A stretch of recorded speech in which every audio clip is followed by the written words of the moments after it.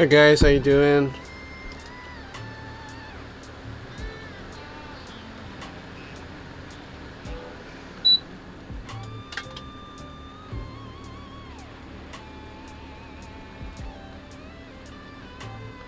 How's everybody doing?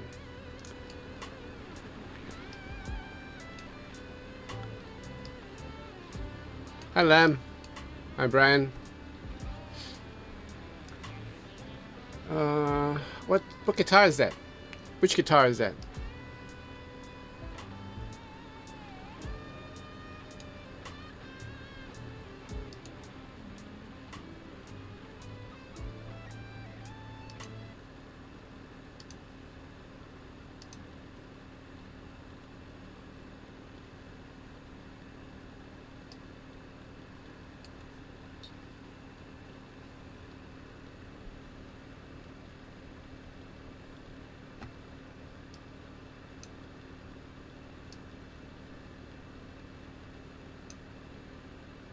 Ooh, nice. Hmm. Oh yeah, you're telling me about that. How much you pay for it? How much do you pay for it?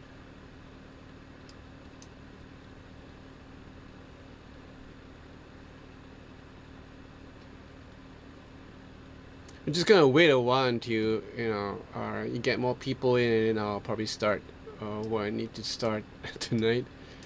Again, I haven't been live streaming for yeah. I mean, the last live streaming was a fortnight ago.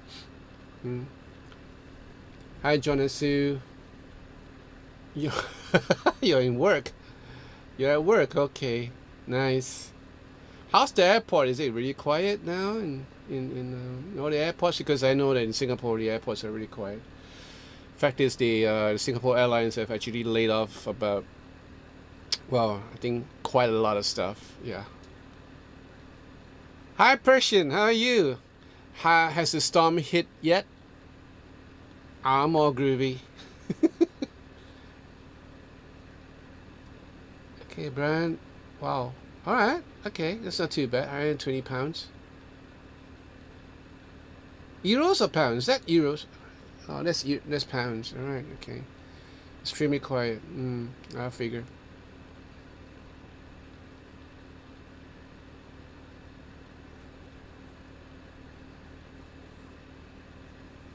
What are you working on, Persian? Are you working on a current project right now?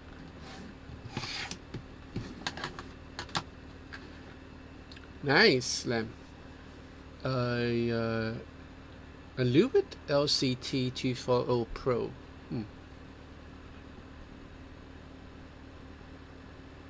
Oh man, that's great news, Persian.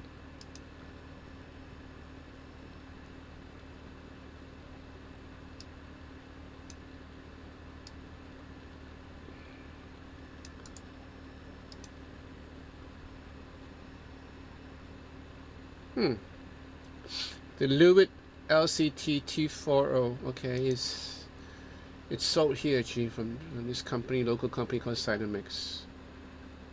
Wow. Okay, it's like a big diaphragm mic. It's not too expensive though. It's about 225 Singapore dollars. Looks like a nice mic. Interesting. Hi Hans. Hi Todd. Everybody's here right now. Okay. All right, Persian. You have 4 or 5 projects going on now. Starting 18 years in the business full time in October. Cool. I'm happy for you. Yeah. There are a whole lot of people with no work and no projects. So yeah, you're one of the blessed ones.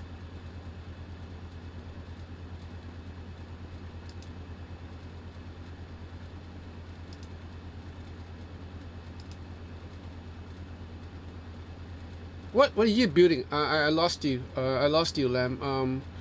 You were talking about your microphone, and then you kind of skip. What did I say? You kind of skipped to. What were you building on? What are you building? Hi, David. How are you? Okay. Everything just came in like. All right. In my downtime, I look at my practice videos and realize I make many of this. One is I need to start learning songs and learning the Soul Shine by the album Brass. Cool. That's the way to go, Brian. Do I have permission to change just one string?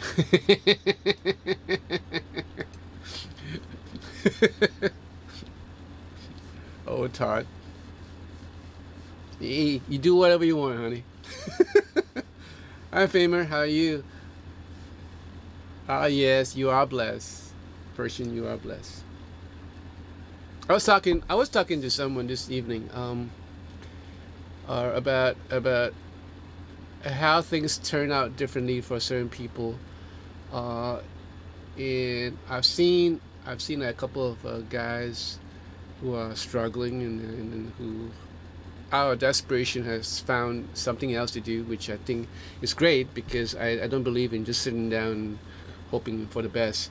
So some of them have have resorted to driving Ubers and taxis and stuff like that, and food delivery is a big thing in Singapore, because we have a lot of lazy people in Singapore who just order in and don't want to go out, especially when they are working at home these days. So food delivery is something that has caught on, like wildfire. So a lot of them have gotten into that trade, so I think that's good, And I'm blessed, because I still get to do the things I want to do. Joanne, so have you thought about a new Harley Benton SC Custom 2 Les Pauls, the new Ember? Oh, yeah. I saw that a couple of days ago. Pretty interesting. I like the volume knob. Yeah. Thought the volume knob is pretty industrial. Like a better word. I'm waiting on 2 guitars that's coming in from Harley Benton, so we'll see. I'll share it to you guys when it arrives. Yeah, the color is nice. Yeah. One boy, Jonathan, I'm not lying, I bought a Harley Benton guitar, and the guitar was, oh no, really? Oh man. Well, it's probably not a fault of Harley Benton or Toman. I guess it's whoever is shipping it. Is it UPS or whatever? You gotta take it out to them. But you know what? I think Toman will honor that, and all you need to do is just take a photo and send it to them. I'm sure they'll send you another one. Hi, Mark. Yeah. I'm so sorry to hear about what's happening in California with all the fire. Yeah, it's bad. Well, my goddaughter sent me a couple of photos, and I was like, whoa. I thought we had it bad when we have haze a couple of years ago from Indonesia. We used to have haze every year, and it was really bad because the air quality is really bad, and you can't see. But California is a different thing altogether. You can just see the red glow because the fire is so nearby. Yeah, it's kind of scary. Yeah. Stay safe, Mark. I just finished a Harley Benton jazz. Oh yeah, I saw it. Yeah. I like it. I saw it on Facebook. It's pretty neat. Nice one, Lem. And Brian, I know after I get my guitar back, I will need a backup guitar. And not having a guitar now is tough. Withdrawal symptoms. Yeah, I know what I mean. Yeah. Famer, no, I haven't had a, well, not me personally, because I've seen guys who ordered especially one, I think this friend of mine ordered a Telecaster, the TE52, and it wasn't that bad. It was just like the volume knob or the tone knob was bent out of place. Still working. I mean, you can always bend it back if you want to, but electronics so far, I mean, everything works. I mean, there's noise. I mean, there's noise. There's signal coming out, but he took a picture of that and he sent it to Harley Benton, and actually sent him a brand new one. So he has 2 T52 right now. Not too bad. The customer service is pretty top notch. I wanted to try the dollar ham.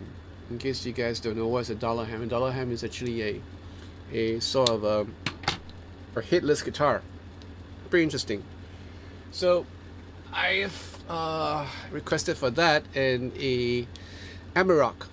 In case you don't know what's the Amarok, it's like a heavy guitar, you know. So, Todd, I'm in Virginia, 3,500 kilometers from California. We're at the haze here, and the weather guy said temperature is 20. What? And the weather guy said temperature was 20 degrees lower yesterday because it was. No way. No, that's bad. Wow.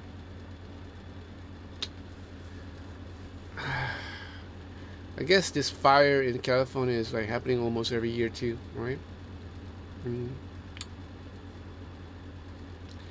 Climate change, man. Hi, Benedict. How are you?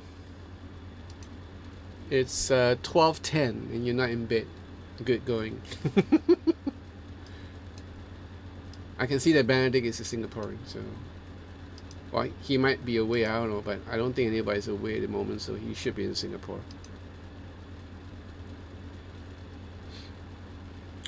Got a couple of things here. This was sent to me from, well, I requested for it anyway from David's Guitar. This is the Black Country custom distortion pedal called a Monolith. See that? Yeah, we're gonna open this up later on.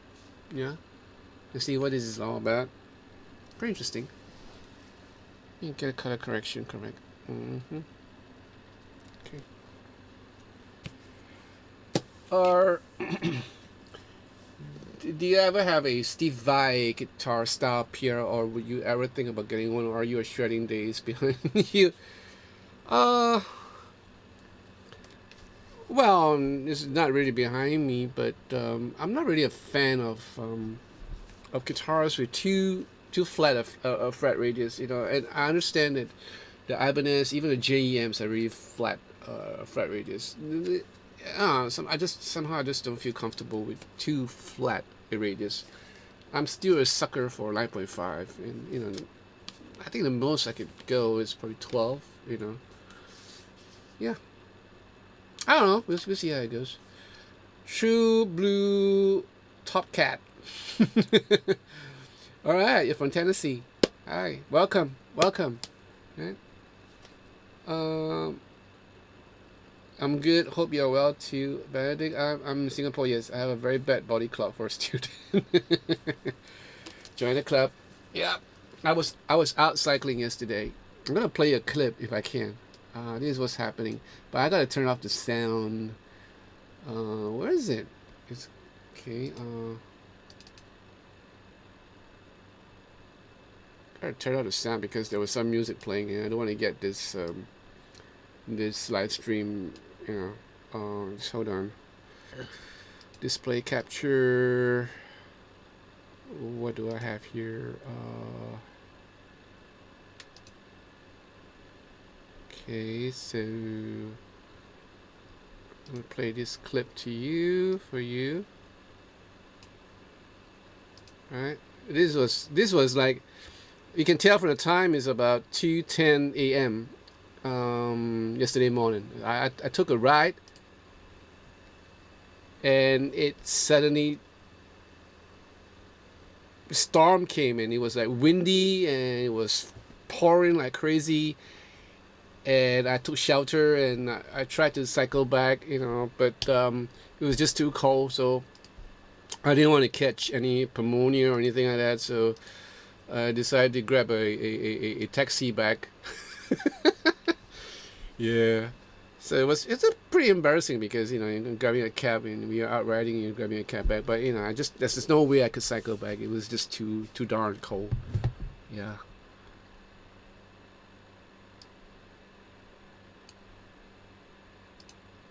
Hi, BitImp. Copyright? Yeah, copyright trouble is right. Hi, Kim. Yeah, Kim, it's like, yeah, I survived.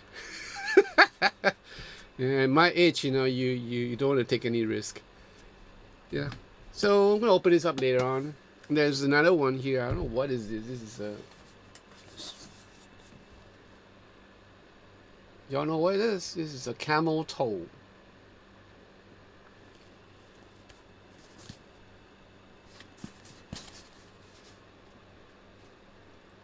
Can you read?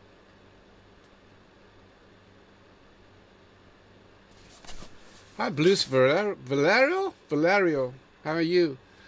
Top Cat. I'm from Singapore. Not part of China.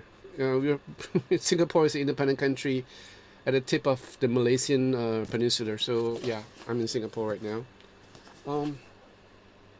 This is interesting. I'm gonna break it out and see what is this.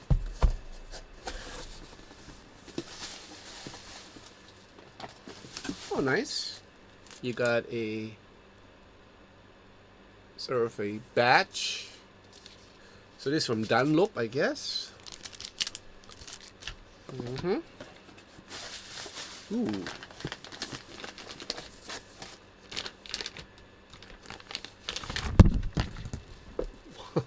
This look really technical.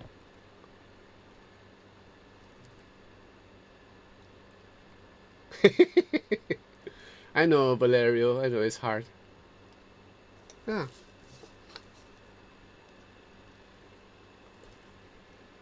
Scott, right? Oh, okay. This is like a triple overdrive, Mark II. I can actually select what drive I want here, and there's a bypass switch, and that's about it. Interesting. Yes, battery. It's battery operated too. But I don't think anyone would operate this on battery. That's interesting. So the fact of the matter is that I'm trying to stop the reviews for a while because I'm trying to finish off what I have right now on hand. And right now I have remaining a guitar from, where is this from? What's that heavy metal? Schecter, yeah.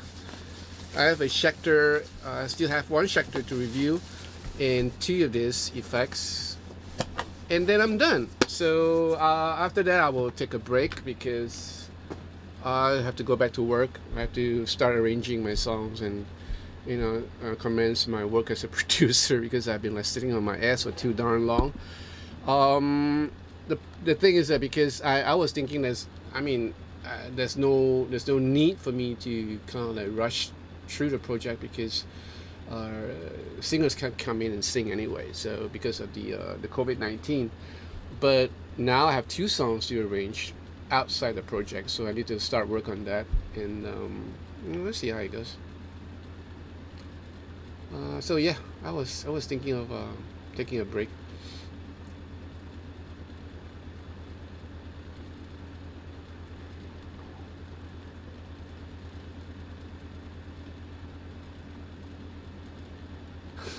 Sorry, Kim, you're from Denmark. Did I say you're from Holland? Yeah. That's always the same mistake that we make all the time. Just that people saying that Singapore is part of China, right? I'm sorry, Kim, you're from Denmark.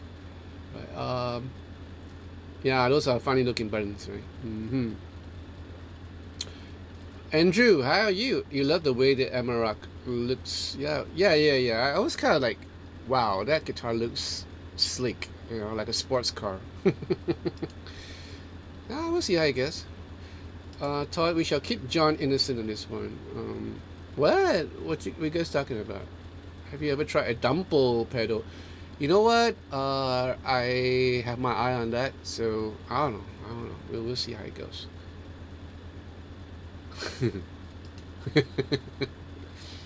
Yeah. When I hear the word camel toe, I have to think dirty.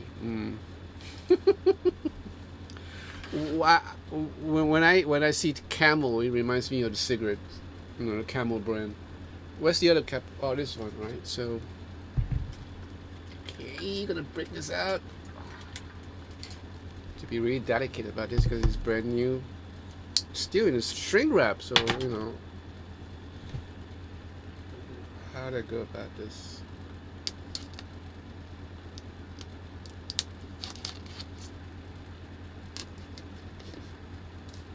kind of strange doing an unboxing on live stream, but you know, I thought it'd be interesting.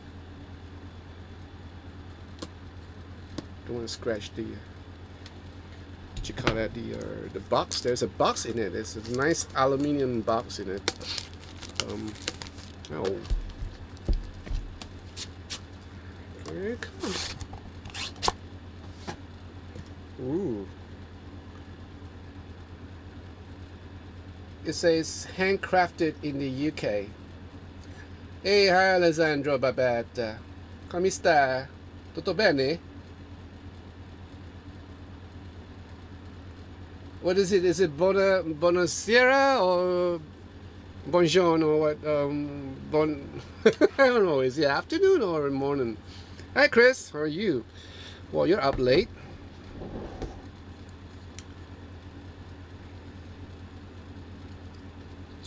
Alright, so let's see what this pedal is all about. High K suspended.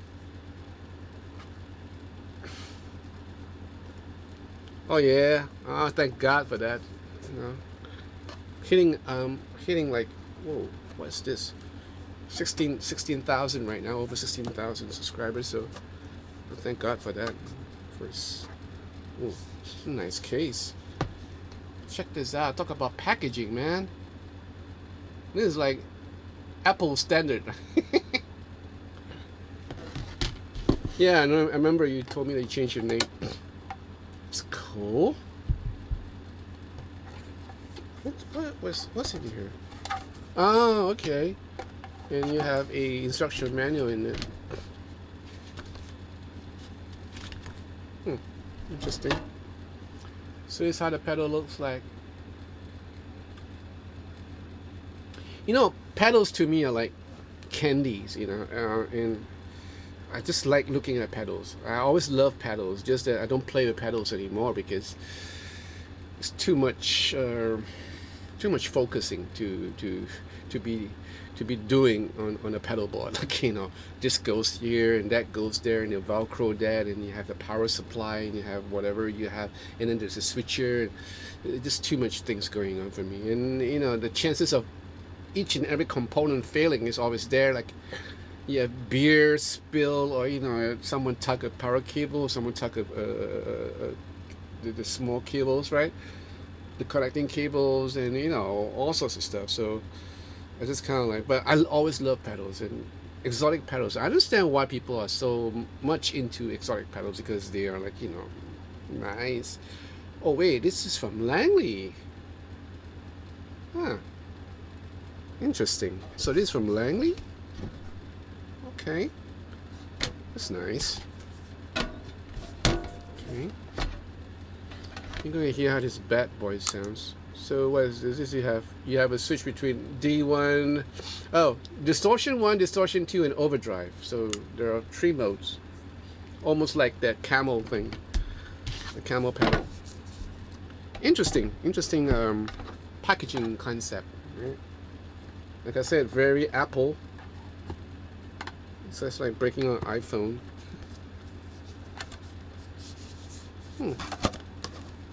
It has a sort of a foam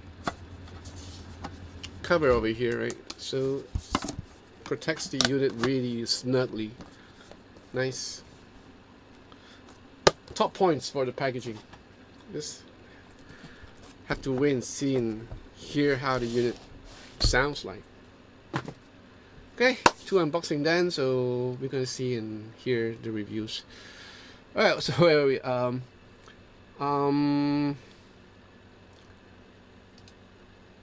Okay, so it's 6:30 a.m. So it's Buonasera. Good evening, yes.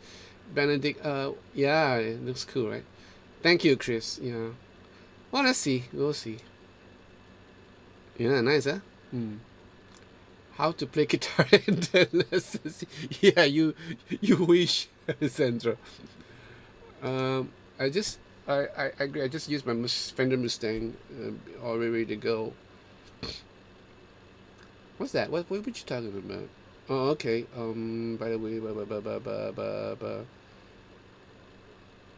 okay. Hi Dara, how are you? It's good to see you. Good to have you join us, Mr. Connolly.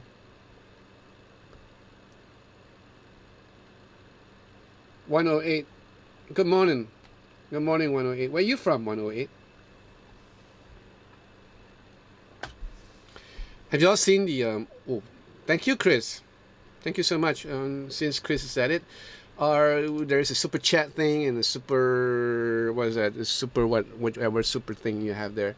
If you want to support this channel, buy me a coffee, or just click on it and yeah.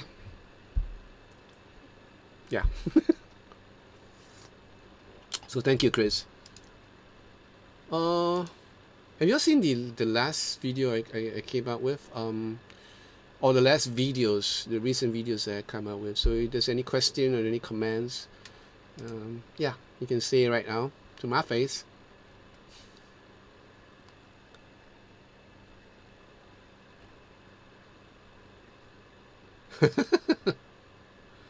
Oh yeah, a katana. Yeah, I am trying to get my hands on one. Yep. Katana is from Boss Roland, right? So, yeah, I don't know. We'll see how it works.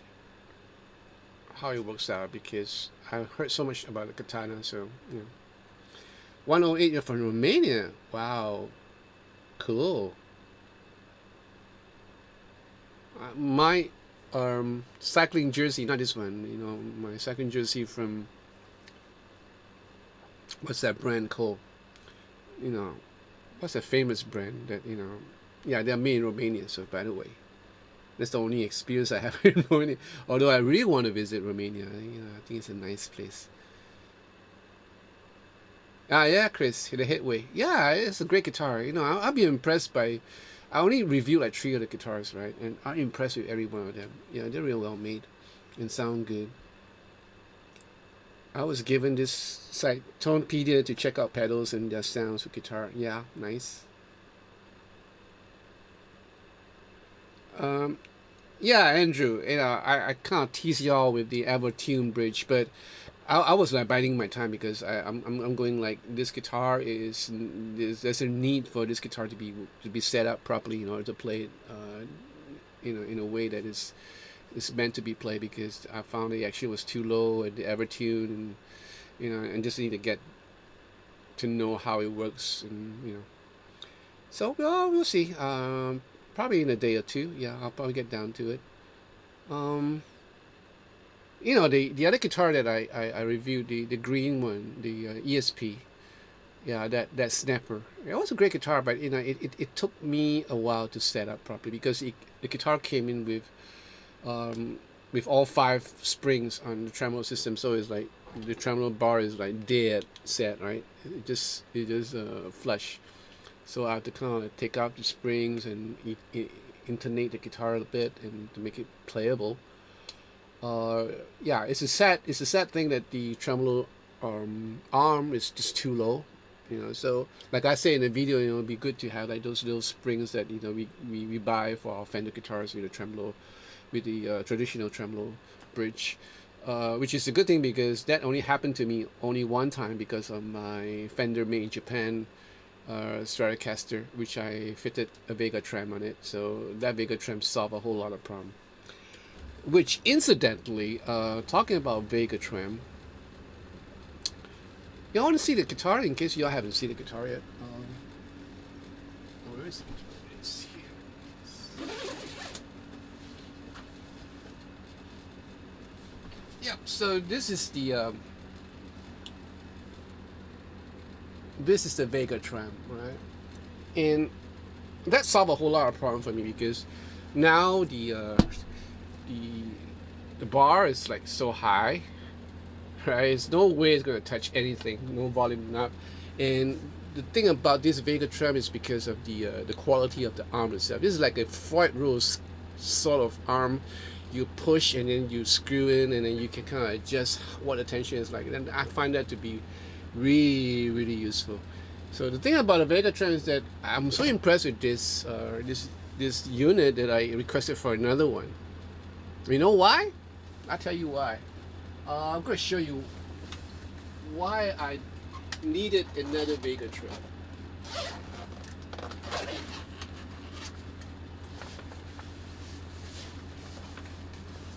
Now remember this guitar? Remember this guitar, right? So I'm going to take out the back plate for you. This, incidentally, is the Harley Benton Fusion Pro TT.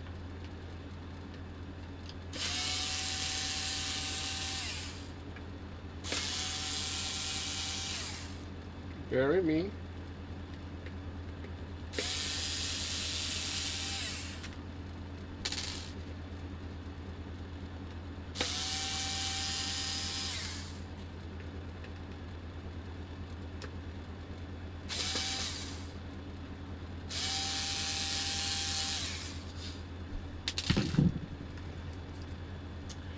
Right, the reason why I wanted a vegatrem for this guitar is because look at that cavity here. It's so narrow that, okay, check it out. I'm gonna like wang down the bar. It gets stuck here. I cannot wang down fully, and you can still hear. Right, it's not supposed to. You're not supposed to hear anything coming out. You're just supposed to like, you know. So I can't even bend down, and there's only so much that I can bend up. Right, you can hear that. That's the block hitting the side of the cavity, and that's because of the block itself. Because it's kind of, well, it's not really that thick, but I believe the vegatrem will be thinner than this, and this happens to be one of my favorite guitars for Harley Benton, right? So I just want to make this a usable guitar so that I can actually bring it along for my gigs, and with the vegatrem, and this is like a two point, so I opted for the 2-point version of the vegatrem, and hopefully it work. I think I'm pretty sure it will. So I'm just waiting for the vegatrem to arrive. Right, this is a 6. This is for the traditional 6 screws. So you have a plate here that that can cater to the 6 screws, but you're just doing just 4 screws. Basically, out of the 6 screws, you have 4 screws on it, and it work. I love this guitar, and that's why I want to make it work and see how it goes. Okay, so where were we? Let me try playing. What? Hi Hill, how are you? Hi Tim Bucket2. Where are you from, Hill? Astridis? No, I haven't played on one yet. Shakespeare, wait, Fender Mustangs and digital amp with 1,000 effects. They can save in a preset that way you don't need any pedals. Also, recoveries everywhere. Oh, cool, nice. Okay, Alessandro, have a good time. Yeah, buon appetito. Yeah. Are Eastman guitars popular in Singapore? I think we should do a review. I don't know. Eastman guitars. Actually, I haven't seen any Eastman guitar. I don't know who's doing it.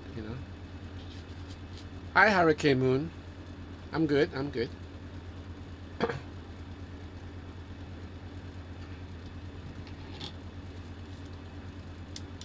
Reminds me of Uncle Roger. Who, me?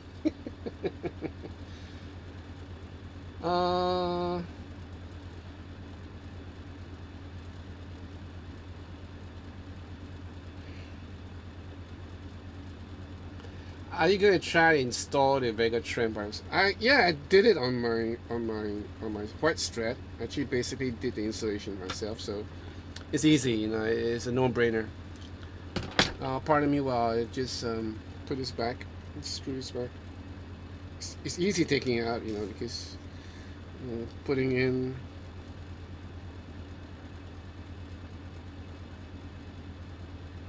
Where are the hose?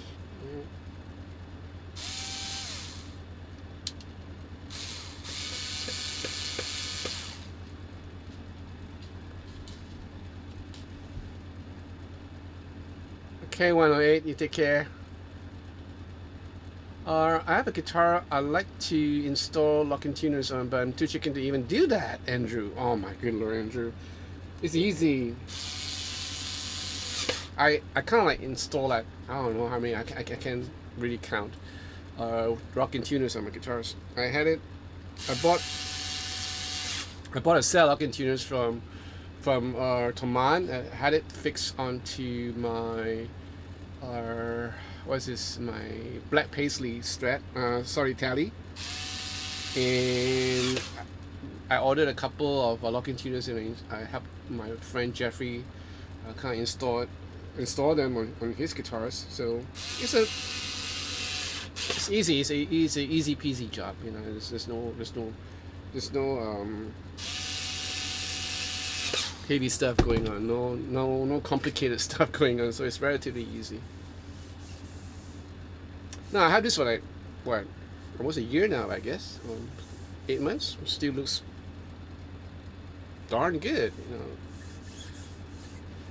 know. The case, I guess the bag, the gig bag helps. So remember, boys and girls, you know, always keep your guitars in a gig bag. Offer any sort of protection from humidity, and whatever you have in your place. Yep. So.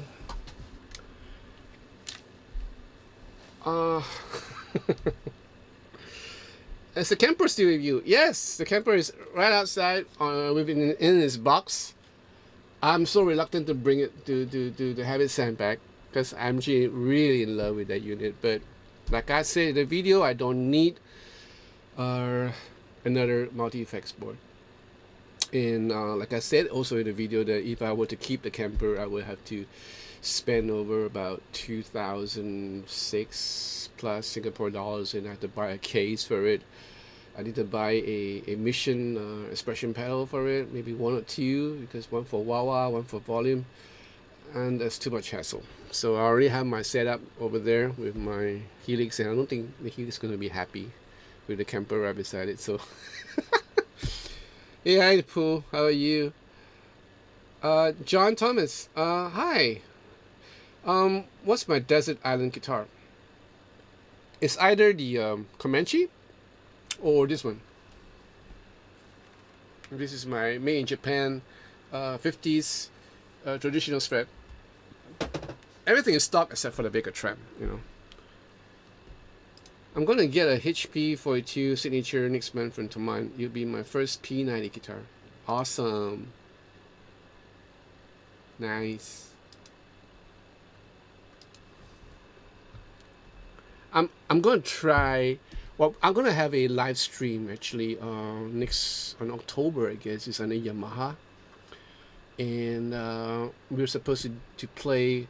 Well, the whole band is playing it, and we're supposed to use all instruments as from Yamaha. So I've opted for the Yamaha Pacifica, the one with the P90 and a humbucker. So yeah, I actually requested for that guitar because that'll be interesting. Yeah, I actually reviewed that guitar and I kind of liked it.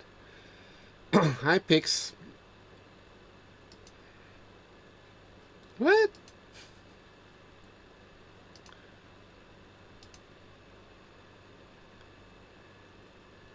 Oh, the Trinity. Yeah, I'm not. Yeah, I mean, I'm just biding my time, Chris, because to review a multi effects is kind of time consuming. That review that I did for the Kemper stage took me a whole day, you know, and I had to kind of like learn how the unit performs and the inner workings and how to get the best tone out of it. And it's not hard to get the best tone because it's there out of the box, you know. But you know, to get the thing going, and you know, it just really time consuming. You know, it takes more time. You know what? I would love to have that factual unit, and but then I have to go back, you know, and learn it again. And you know, every system has its own system, every unit, every brand has its own system. So yeah, and like I said, earlier on, that I'm trying to finish off this batch of products, and then I will probably take a break and get back to my work, my real work. Yeah, I have 4 arrangements to do, and I need to finish off the production of the album that I'm supposed to do. So yeah, so you probably guys will probably see less of me. I'll try to keep the live stream going at least once a month, or once a fortnight. It's always great to hang out with you guys. Thank you, John. Thank you, John. You picked up the Harley Benton, Mr. Connolly. You said that you picked up the Harley Benton Custom Line CR820. Oh, cool. Yeah. Nice. Is that the one with that bevel armrest, Mr. Connolly? Is that the one?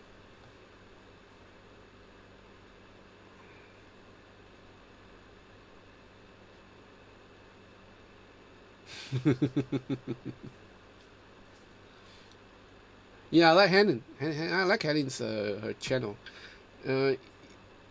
He's very weirdly funny. Yeah, I like him a lot. Hurricane Moon, I keep eyeing the Fusion 2 roasted maple Guthrie lookalike. Okay. And that's the one that I had, right? Hi Keith, how are you? HP gave me my screen name in a roundabout way during the live stream with Aaron English. Oh, that must be quite some time ago. Okay, it's a smaller auditorium, walnut, very nice for the finger picking. The CLA250, so it's almost like this, right, Mr. Connolly? This is walnut too. This is a CLA41. This is a full dreadnought. Alright, this is the one that I really like. This is one of the better acoustic guitar from Harley Benton. Yeah. So yours is the smaller one, I guess. Interesting, because they have a new one. This new acoustic guitar with the bevel armrest, and I was actually asking for that, but I didn't. I think that can wait later on. Hey Jack. What? You sold 3 guitars? Were you hit, Jack, from the hurricane?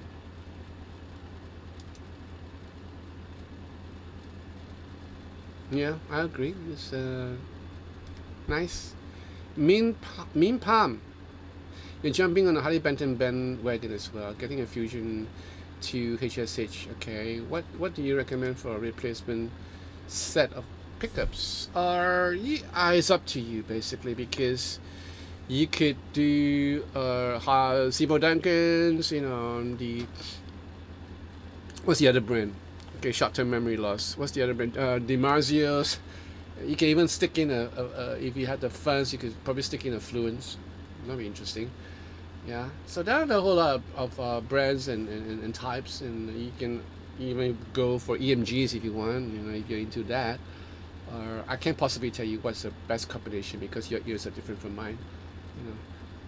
Chris, it's okay to suggest, would you do a live stream or you doing an arrangement? I'm sure people would love to see you work. If I were to do that, I probably would not get any work done. Yeah, so when I do arrangement, it'd be like this,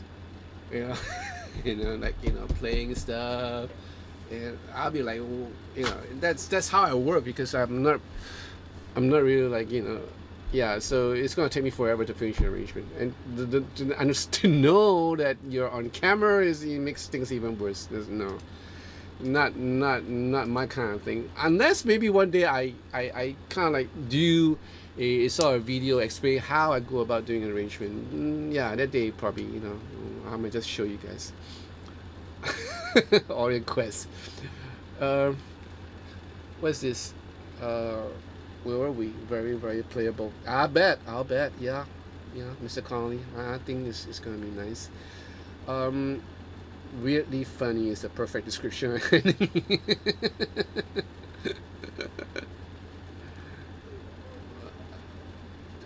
Keith, What do you really think better, D35 or the HD35? You know what I think? I think the HD8 D18 is the best. I'm like in a crossroad between. Well, the D35s, you cannot kind of like default, or rather, what's that word? Come against the fact that that it has an iconic sound. The D35s are used in so many recordings that when you play on one and when you start recording on one, it's there. The sound is there. The HD35 is an enhancement on that because you have a little bit more volume because of the way it's scalloped. It is scalloped, so there is a little bit more ringing. And coupled the fact that it has a liquid metal bridge pins. My D35 has liquid metal, so it's about the same volume as, in fact, maybe a bit louder than the HD35 because mine is non-scallop and it has a better bass response. So the only thing is that when I'm recording my D35, I have to be really careful on how I record it, and it should not be too near, because once it gets too near, then you will pick up a whole lot of stuff that you don't want to. So I prefer the D35 in my opinion. But the D18 on the other hand, now D18 has, or rather the modern deluxe D18, right? That's a different thing. It's a different animal altogether. It's a different beast. I love the neck. The new modern deluxe D18 is something, to die for, because it's so expensive anyway. Thank you, Andrew, for that. Thank you so much. Like I said, if you want to buy me a coffee, you can always click that super chat, right? And hit the like button, guys. Hit the like button. Hi, Cece. How are you? Well, we'll see. Just hang on. Jack, I got hit by a lot of wind. Trees down in Oak. Oh man. Okay. Well, I'm glad you're safe. Yeah. As long as you're safe. So you gotta pay for the repairs of your house, I guess. Oh man, that's bad. Pooh. In fact, imperfection is beauty. Madness, it's genius, and it's better to be absolutely ridiculous than absolutely boring. Marilyn Monroe. And La Belle. Hi. How are you? I haven't been able to join one of your streams for a while. I'm just wondering if you ever have any experience with Fractal audio, and what do you think their products compare to your Helix? My other guitarists in the band are Sebastian, who is an incredible guitarist. He uses Fractal. I think he's AXE8, if I'm mistaken. And yeah, I kind of like the sound. Look, I have to be very frank with you, because there's things that he can't do. He just can't do on his Fractal because there's certain limitations. There's the same thing with the Kemper, that you can't do.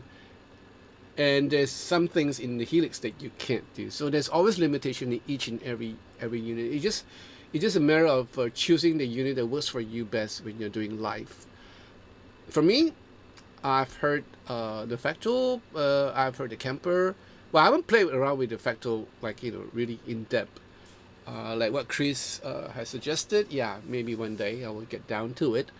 But I'm really impressed with the Kemper. I'm seriously thinking that the Kemper, or some of the amp solution in the Kempers, especially the Fender amps, are really spot on. I've spoken a little bit to my engineer friend Jovi.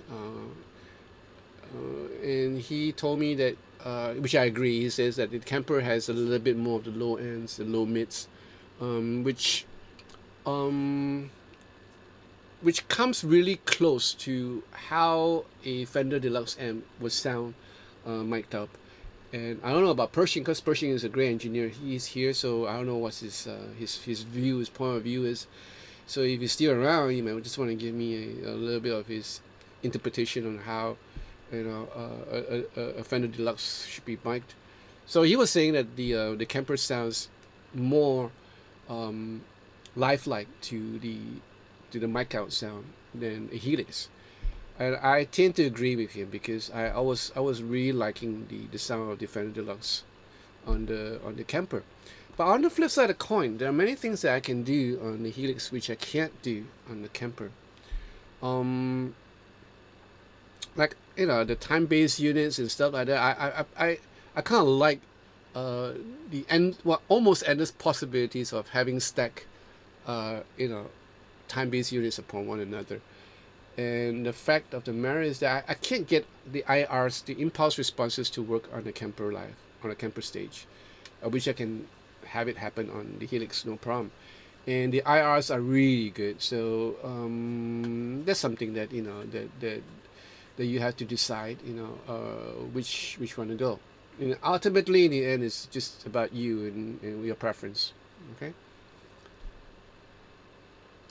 Hi, Alvin. How are you? Hi, Mark. I finally stumbled on one of these. Yeah. Timbuktu, you have a great channel here, John. I appreciate all you do. Thank you, Tim. How do you say buying a coffee again?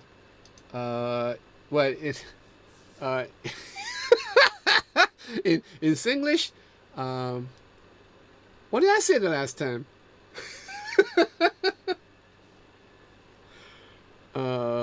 Buy kopi, 買咖啡，買我一杯咖啡啦。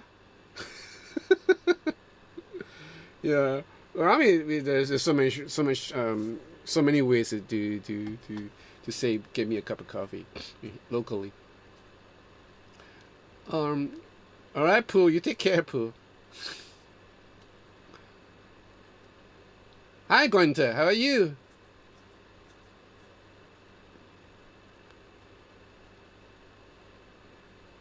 Hi, Detlef.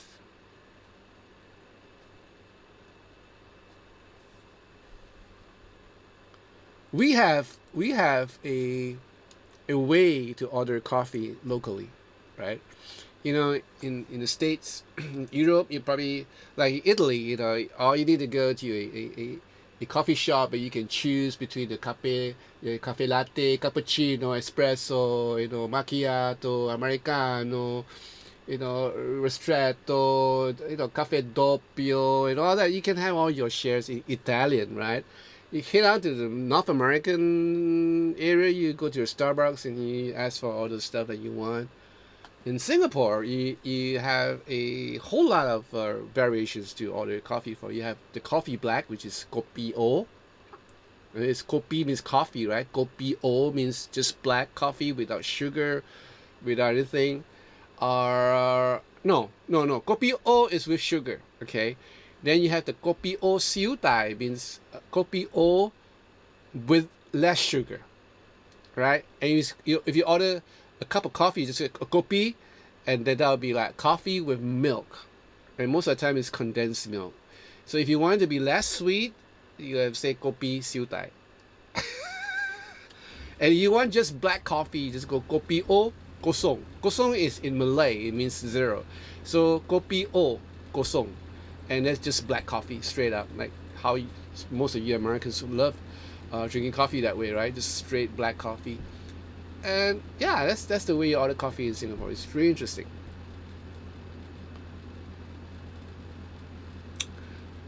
They bought too many guitars. Okay. How many guitars have you bought, going to?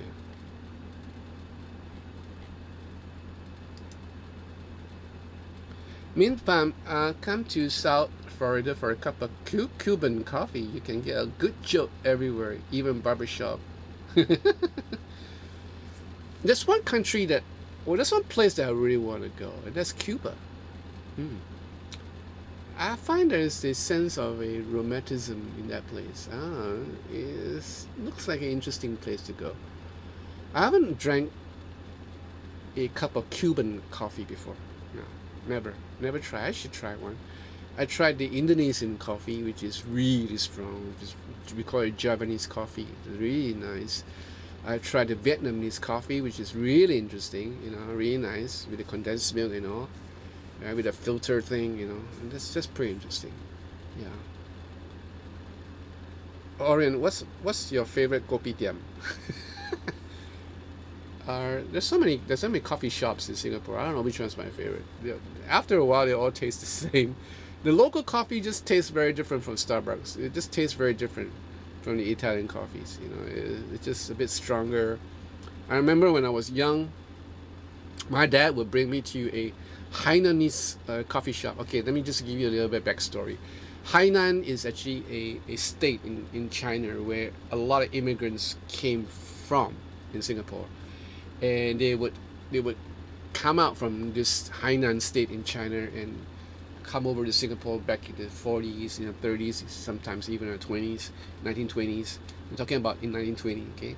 And they would settle here, and they're really good at coffee and another dish called the Hainanese pork chop, and the ever famous Hainanese chicken rice, right? So they come over, they bring all this stuff, and well, some of it is like developed locally. I'm not saying that Hainanese chicken comes from Hainan. they can't develop that dish over here. But the coffee, right? So I was young. My dad would always bring me to this Hainanese coffee shop, and I would smell this wonderful aroma of coffee beans being roasted in the morning, right? And I would like be so curious to go, what is this smell? And it's like, man, this aroma. So I went to the back lane and I saw two guys in their little striped shorts and singlet, the wife beater singlets, and they'll be sitting down roasting the coffee beans in an iron can, in a metal can, and they'll be like building fires, charcoal no less, okay, and they'll be like roasting the beans, and you can hear the beans being tossed around and the aroma of the coffee beans, and that is the essence of a good cup of Hainanese coffee. And I was raised on that. And you know what they do? They put butter in it. Yeah, they put like slab of butter in it while they were roasting. And oh my good lord, that coffee that's my favorite. You want to ask me? That's my favorite kopitiam.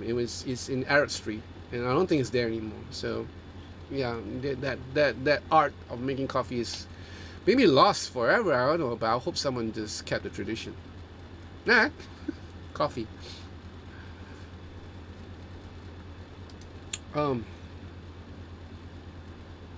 Nice, very strong and sweet. Alvin, I'm great. How are you? I got a Fender LT25. Sounds great. You like Seymour Duncans? What about Fender pickups? I'm thinking about a Fender Tex-Mex pickups for my Strat.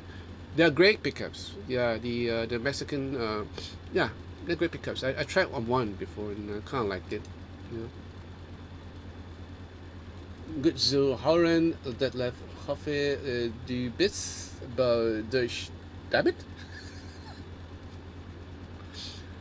Okay, CC.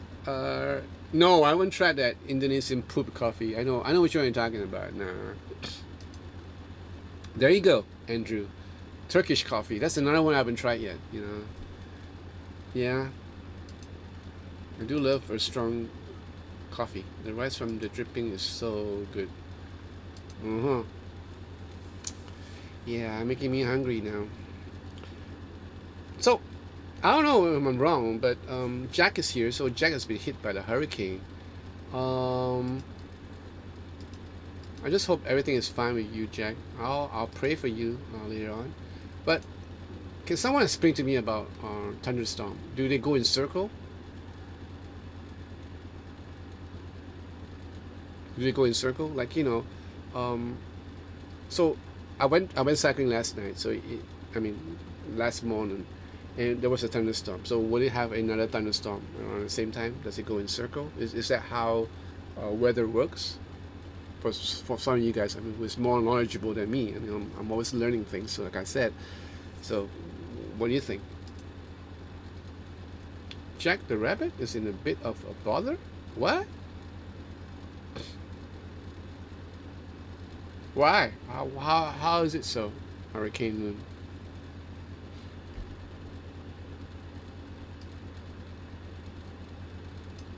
I haven't text him or anything like that. So I don't know how is he doing. He's in San Francisco, so he's far away from the fire, I guess.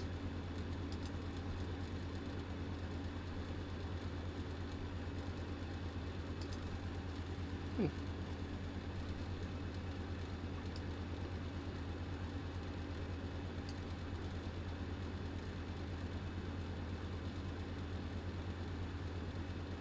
Whoa.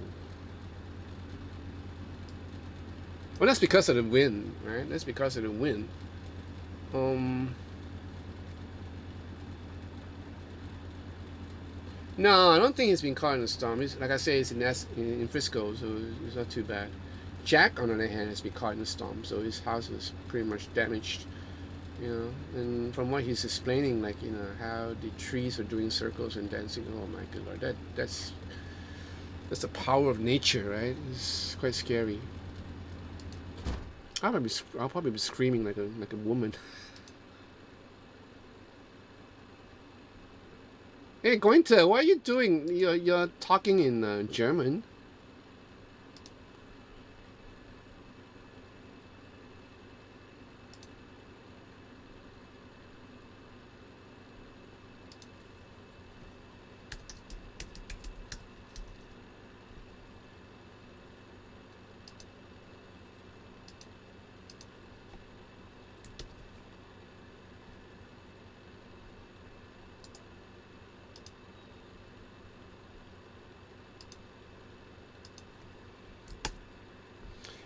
So you were saying you have to know by spiritual that doesn't make it any better. Every now and then what's gone is gone. I know what I'm talking about, believe me. So what are you guys talking about? Sounds serious, right? Yeah, Italians are really proud of coffee. You bet. I love it. I love Italian coffee. But, you know, my cycling bits are fun to watch. More please. Yeah, right. That left, John, is it a lot warmer? Well, because of the storm yesterday, it got a bit colder. It hit at 23 this morning, 23 centigrade. So that's cold for us. Right now, it's averaging about, what, 27, 28, you know?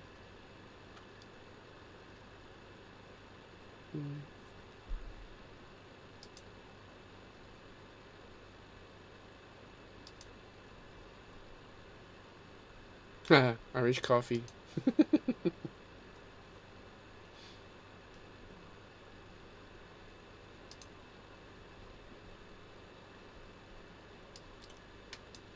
gonna try to play some guitar if I can. What's this? No, not this one.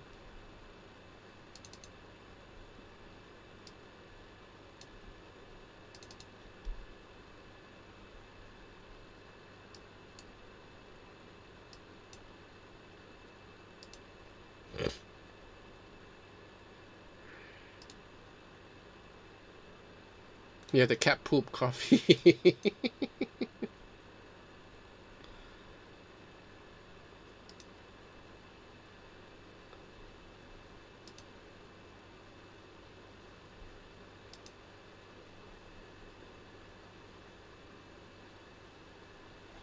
Okay, let's hear whether there's any sound. No, CC.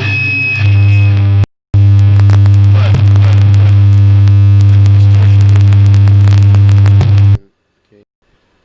I don't do requests, CC. Yeah, so you've been asking me to play all this stuff like Gary Moore, and I just don't do requests. I just don't like to do that. So, sorry. There you go, Gary Moore style. No, I don't do requests. Okay, this is the third time I'm telling you this.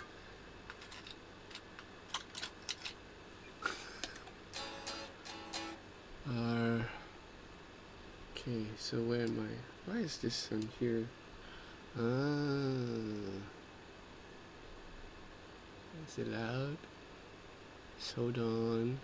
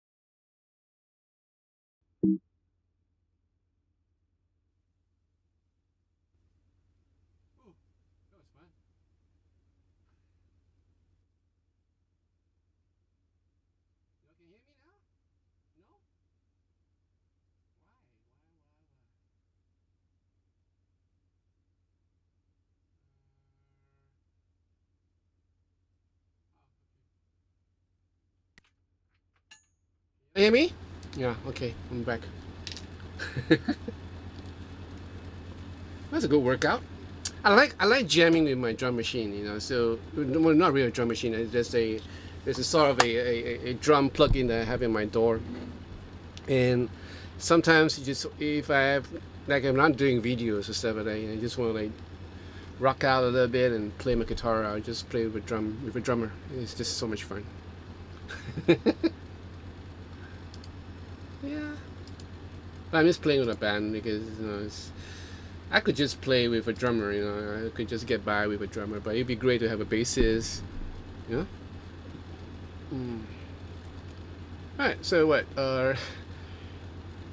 Oh, Purple Haze. No. Okay. So what that this every guitar store should have a find this on the wall or if you play what 3-5 in a guitar store, dig you back. Oh my good lord, no. I was trying acoustic guitar, so Purple Haze is probably not the best. Okay.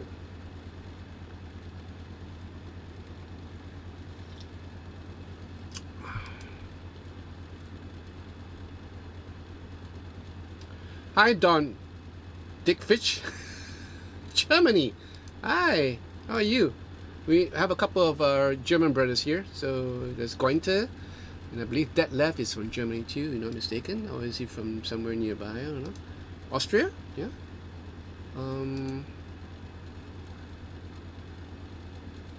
You lost audio again.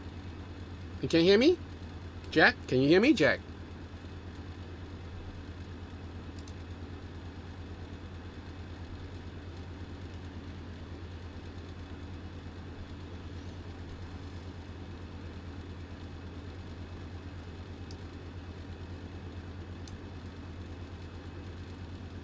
Ah, okay, it's 1:15 now.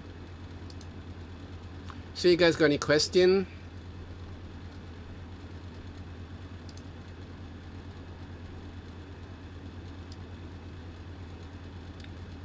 Thank you, Daniel. Thank you so much. Where are you from, Daniel? Hi, Sunset. Where are you from, Sunset? Just a couple of new fellas here, newcomers.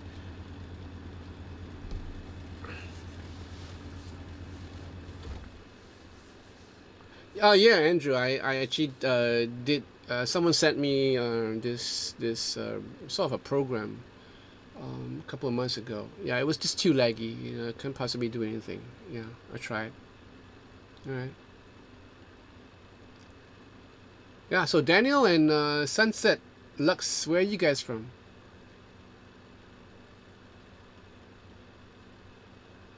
From Houston. Cool. I've been in Houston many years ago. Nice. Hope you guys are okay. Doing okay there. Yeah. And Sunset, where you from?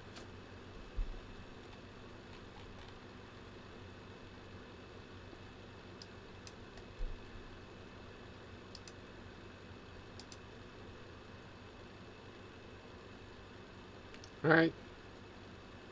Okay, Jack. As long as you can hear me. You're from Ohio. Okay. Welcome.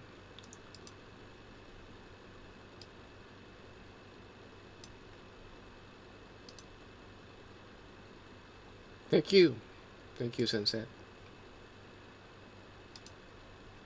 You guys got any questions for me or anything that you want to ask in regards to some of the reviews that I did recently? What do you guys think about that?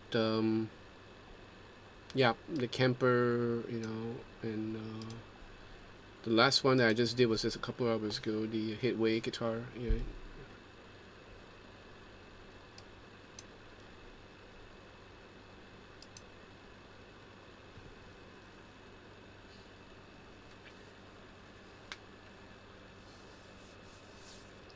I have a mind, to change the tuners for this. These are the traditional kind of like Clusen style tuners. They're not giving me problems. In fact, they stay in tune really well. And I kind of like the old retro, the retro kind of peg, where you can just slide in and just twist around. That's the thing that was appealing to me, and I just didn't want to change too much. But I don't know, like if, but it's okay. I'm not actually going out of tune as much as I thought I would, with this vegatrem. Yeah. So I guess not then.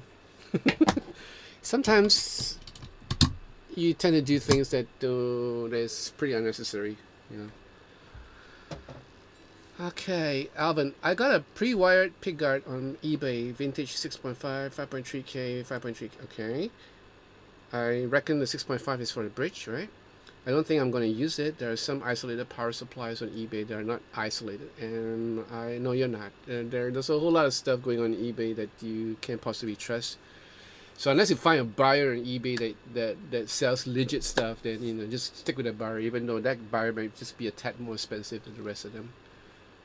All right, Hurricane Moon, you take care. Orion, do you still have your first guitar? Nope, all long gone. Many years ago. Daniel, how do you like the gloss finish on that neck? Do you find it sticky or?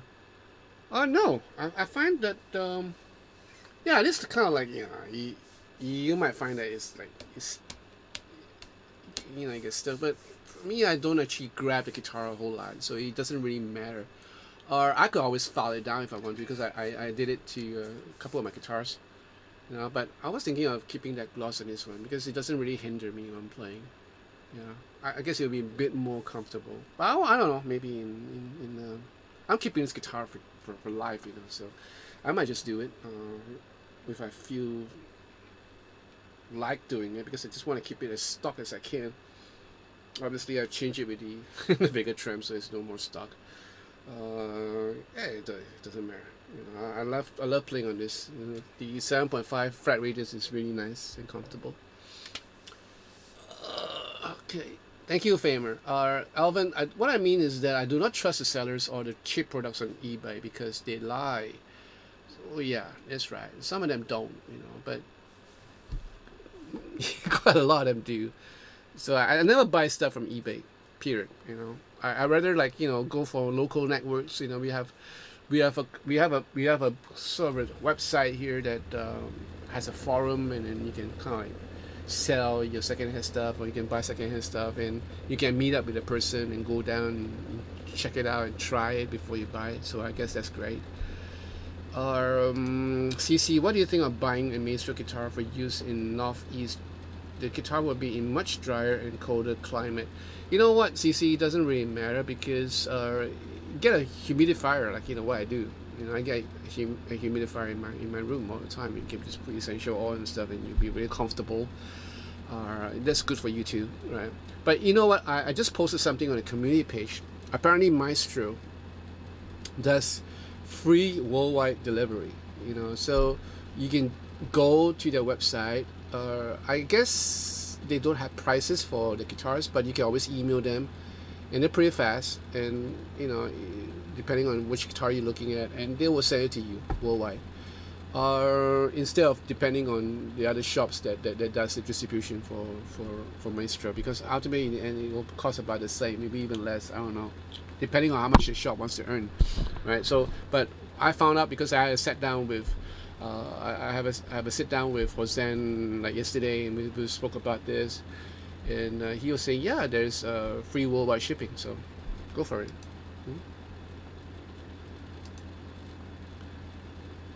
That left, the Kemper is a great board, but a great yes, tell me about it. It's expensive, but so was the Helix when it first came out. The Helix was close to $3,000 at one time when it was first released. So by the time I bought it, it went down to about how much I bought it for? I forgot. But I love the Helix because of the support that Line 6 has for its users, and especially this guy called Franricote from Line 6. He's a darling man, sweet man, and he stands by his company's product, and he does his best to provide support for players, especially for professional players like us, wherever we go. So I appreciate that, and I think that is the after sales service that is lacking in a lot of companies. So Line 6 has it. Apart from that, the sound, yeah, I mean the Kemper, I was pretty impressed. Like I just said before, it's pretty impressed with some of the amp simulations. Famer, what do you think of the Fender acoustic guitar? I'm gonna get my hand on one of those pretty soon, because I tried in the shop once and I kind of liked it. I think it's a great guitar for live performances, for live work, and it's because it's flat, it's easy. It's like my go down. I have a go down that I use a lot of time in my earlier days, so that's easy to carry and it sounds great. So yeah. Do you like a Stratocaster or Tele? I like the Stratocaster more, although I love the Telecaster too. But to tell you the truth, I recently just kind of like discovered the Telecaster like a couple of years ago. I mean, really discover how is it like to really get really in depth with a Telecaster, because I had a Telecaster way before, back in 1987. But that was just like I bought that Tele at a whim. I didn't actually use it, and shortly after that, my good friend misplaced it. Okay, so I haven't touched a Tele for the longest time since then. So the next Tele that came along was the Squire modified Tele that I bought in Hong Kong back in 2013, if I'm not mistaken. Yeah, 7 years ago. Liked it. It came with a jazz master pickup. So eventually I changed it all to EMGs, and I had the hot Tele pickups, and it worked great. And I used it for a couple of shows. Loved the sound, and then I bought another one, which is a Harley Benton Black Paisley T70, and I was really into that guitar. I haven't really bought a original Tele, but guess what? I bought a Blues Boy, a set from G&L, and that guitar I love. I love that guitar a lot. It has different, totally different feel from a Stratocaster, because it just sounds different. It just feels different, and I like the tone of the Tele. Very seriously, but I don't hear the Tele a lot in the music that I do commercially. Like for example, the Chinese pop stuff that I do, there's not a whole lot of Tele that's been used. A lot of strats have been used, but I don't care. Sometimes I'll sneak in a guitar solo or two with my Tele, so you can't actually tell the difference anyway. Yeah. Thank you. Yeah, it's a nice strat. That left, I will buy the HP DNA FX. It's very good for its price. I mean, you can try it. I actually had that on the list, but apparently they kind of like tone it down. You just wanted 2 items at one go, so I just chose the other 2. That was on my list of requests. Todd, I was introduced to the Big Joe power box. It's a rechargeable power supply that provides DC current and the mini amps are dialed in.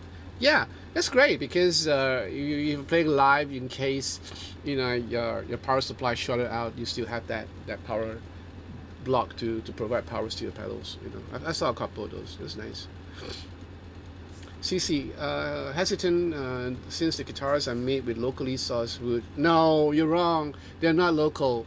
These woods are all sourced internationally. I had sat down with Hosen. He was telling me the woods are sourced all around the world. Not just, there's no wood available in Singapore. what wood is there in Singapore? So all these woods are sourced from Indonesia, from China, from Canada, from North America, from Europe, from Germany. So all these woods are all sourced from there. And he was telling me about the Coco Bono and why Coco Bono are expensive. And I was asking him, I said, why was these guitars that I've been reviewing, which has Coco Bolo, for its side and back, why is it so expensive? He was telling me the wood itself is expensive, and there's a whole lot of wastage, because there's only so much you can do, like unlike rosewood and stuff like that.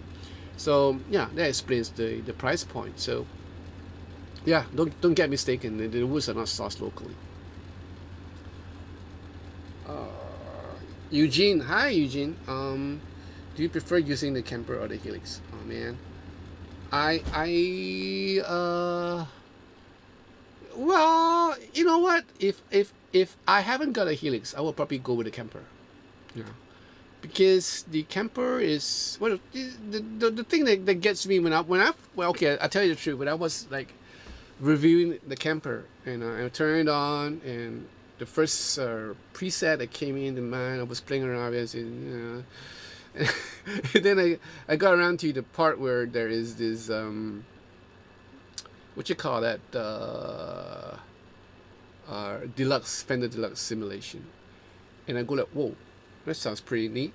And I took off all the effects for the preset, and I think there's one preset where it's just devoid of all things except maybe a reverb, and I was like awestruck because this sound pretty close to the real thing. And then I started playing around with it, and I created 3 patches subsequently, 2 from the Deluxe and 1 from the JCM 800, which I'm so very familiar with, right? So I was really blown away by the Deluxe amp simulation, the Fender amp simulation. I guess I haven't played the rest of the amps in that model because I didn't want to spend too much time on it. But so far, I'm pretty impressed with the amp simulation. I think some of the amp simulations are way better than the ones in the Helix. The thing about the Helix that appeals to me is because of the inclusion of the expression pedal and the time bass unit, and the fact that you have a lot of room for adding more effects in the chain, which is kind of limiting in the Kemper, you know. And the other thing is that it's easier for me to incorporate impulse responses instead of using the built-in caps in the Helix. On the Kemper, it's a bit more complicated. I don't know whether is there a option to have IRs in Kemper Live or a Kemper Stage. And as I was going through the parameters and all that, I found that the Helix is way easier to operate. The Kemper, there's a couple of pages that you have to go through, which is kind of mind-boggling at first, but after a while, if you get the hang of it, it's okay, you know. But I guess if I were to work on a Kemper, I would probably use the editor, which I didn't download because I didn't want to spend too much time on it. So I guess the editor would make editing a breeze, you know. But the thing is that when you're on live situations, you're not going to bring a laptop, you know, unlike Sebastian, who brings his laptop everywhere he goes. He uses it to control his Fractal and does editing on the fly with his laptop. I don't want to carry so much things. So I'm old school in that way. So I would prefer a multi-effects unit where I can just do editing easily, right? Easily and productively, right? So yeah, so that's the thing that kind of like helped me back, you know. And I didn't want to spend too much money because of the COVID situation, and also, yeah. Hope that answers your question. Alvin, is Man of War still your favorite band right now? Are you listening to? No. You're not talking to me because I don't listen to all those. Okay, CC, you take care. Seth Presley, favorite EQ pedal? None. Yeah, I used to have an old, well, for now, none. You know, I used to have an old Boss graphic equalizer pedal. That worked for me back in the days when I was playing with pedals. Yeah.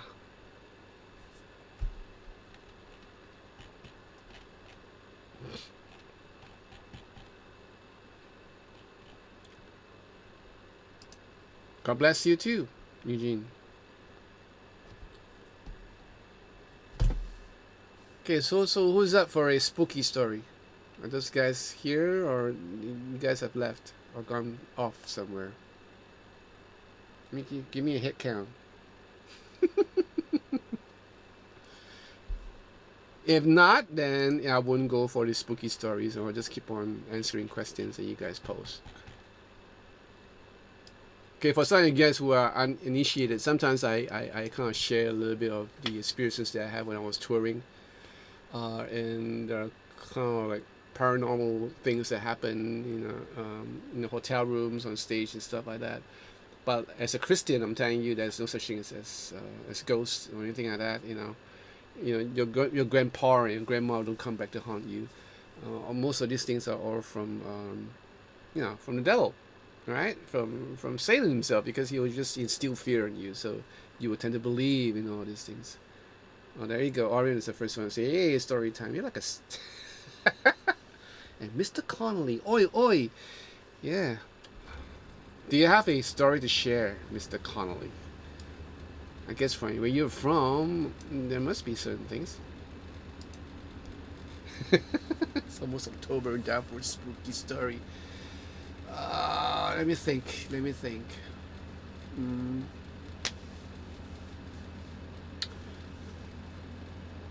Okay, this one I can share. This one's kind of spooky because it happens to be in a place called a club. Okay, this is back in 19. We're going a bit way back. This is 1980, what, 86, 87, 1987, I guess. Maybe 80, 85, 85, 86, right? And there was this club in Singapore called the Atlantis. A nice, fine club, very well decorated. They actually hired guys from Disney, and back then the popular movie was Little Mermaid. Remember Little Mermaid? So Disneyland had a segment where you have all these things, and they actually hired the designer from Disney to design the interior decorating of this club. Hence it's called Atlantis. So they just want the underwater feel and all that. And the story goes that where the stage is, where the band is performing, there are floodlights, and then on top there's this whole intricate design, that takes many hours to do. There are craftsmen that comes in, and apparently one of them fell from the ceiling, and he actually broke his neck at the side of the stage. That's how the story goes. And back then I was in a band that was shuffling between clubs, and we were playing in all the top clubs in Singapore. So there was this place called Top 10, which we played for many years, about 2 years. That's really a long time for us. And then we went to Atlantis, and Atlantis we were there for maybe about 6 months, give or take. What happened is that, okay, this is kind of weird. We were doing this song called Walking on Sunshine. Remember Walking on Sunshine? Walking on Sunshine. And we were doing, and I was in this dance band where, we were doing dance choreography. We were playing, I can't dance well, but, anyway, we were a kick-ass band, to tell you seriously. And we were doing this song. And then I was like, jiving along, and I can't hear the horn parts anymore. I can't hear keyboards, period. I don't hear the pop pop. I don't hear nothing. No keyboards, nothing. So I turned my back, and I look at my keyboard player, and he was there, standing in front of his keyboard because he was playing standing up. He was standing behind the keyboard. His face was like white, and he was like staring, and he was staring at his control, his keyboard, not daring to look down, but just looking at it. And I kind of like danced myself next to him, and his name is Hot, Hotmar, right? So we call him Hot. I say, Hot, what happened? And he just kept quiet, and then he didn't say a single word. He just kind of bent down, picked up something, and plugged back into his keyboard, and then I can hear keyboards again. Yeah, so yeah, that's right, Katrina and the wife. So we started playing, and then there again, the keyboards started disappearing, and I go like, what in the world is happening to him? So I kind of looked back at him, and this time he was like really like, he was like he was scratching his head, and he doesn't know what to do. So I went, here's what happened, and he told me that he saw his 1/4-inch jack that was plugged into his keyboard just like kind of came out like that and just dropped to the floor. Right? I go, oh, that's interesting. So I bent down, I picked up and plugged it in again, and we continued the rest of the set with no other incidents after that. After the set, I went to him and said, "Are you okay?" He says, "Yeah." He says like it's really scary because you see it like firsthand, the 1/4-inch coming out from your keyboard is like you do not know what's happening. So he was in a state of shock for the rest of the night, and thankfully that was the last set for the night. Now, couple of weeks later, I was hanging around with the band because we were waiting to go home, and we finished our last set, and one of my members of the band is dating one of the waitresses there, so he was waiting for her to change because all these waitresses would go to the dressing room to change, and waiting for her to come out and have supper with us. And guess what? We heard this loud screaming, and oh man, all the waitresses start running out from the dressing room. Some of them are like top naked, you know, and the rest of the guys would go like, "Whoa, this is something else. This is nice." All of them came out screaming, without their bras and stuff. At the time in their undies, and they were crying out, and they were crying. They were like crazy. Like they were crying, and they were like screaming at the top of their voices. They were coming up, and then we had to calm them down. And then the supervisor came and gathered them all together and put jackets on them and kind of like calm them down. And we didn't know what the heck was going on. So the girl that we were supposed to wait was in the toilet, so she came out, and what happened? She didn't even know what happened, so we went supper. But later on, we found out that this is mass hysteria. There was just mass hysteria, and it sometimes happened to certain places, and apparently it happened to that club. And we never went back to the club again because this is just too spooky. Right after that, and shortly after that, the club closed down. Yeah, the club closed down, and another establishment took over the place. Yeah, so that was pretty awesome, right? We played in some of the most weird clubs that there's locally. There was this place called Peppermint Park that we played. If you guys are Singaporean, you'll probably know what I'm talking about. And there was this stage that was made to look like an old South, plantation, a southern plantation. Like you have these big colonial buildings, with pillars and stuff like that. And it was made to look like that with 2 floors, and this is the second floor. And there were times when when our fans or supporters or customers would come and say, we saw something on top when you guys were playing, like someone running here and there, like, and they were dancing, and we go like, what? You see, even now I get like goosebumps, like there's no one on top because we were only once on the stage, and they say, yeah, we see this a couple of times, and we just didn't want to tell you, so we found out about it much later on, and that's one weird place, and that was the last place I played before I finally gave up on the night scene and became an engineer, because there were so many things, so many weird things in that club too. We had a whole lot of weird people. My bassist was I know my bassist really well. He has passed on. My good friend Peter Cole. He passed on of a heart attack. But I knew him and his women. He loves his women. But there's one night when I saw him talking intently to a older woman, someone around 50s, and who was real plump and fat, but she was dressed all in black. And he was like intently listening to her and like being captivated by her. So we didn't want to pry, so I didn't want to ask him because you just want to leave his personal life alone. But there was weird stuff going on going around in that club. And not to mention that the 4 bosses in that place were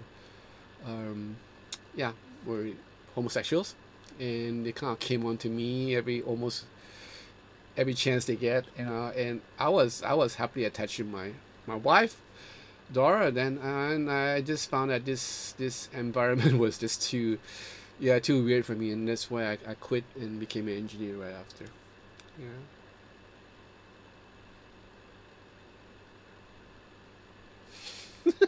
So I'm gonna leave the rest later on for future. So that's for tonight. Like I said, I don't believe in ghosts. I don't believe in all those things. I just believe that these are ways to instill fear into you and kind of like get you hooked on it. Singaporeans. In Singapore, we worship to all sorts of stuff. Like we have the Hungry Ghost Month on I think we just finished it, or we're right in the midst of it in August. And we worship the ghosts, like we place like fruits and food on the side of the road to appease the hungry ghosts. I don't believe in all that. I believe that the devil has created all this to instill fear, so that we would not be aware of a living God, of a God that loves us. So, yeah.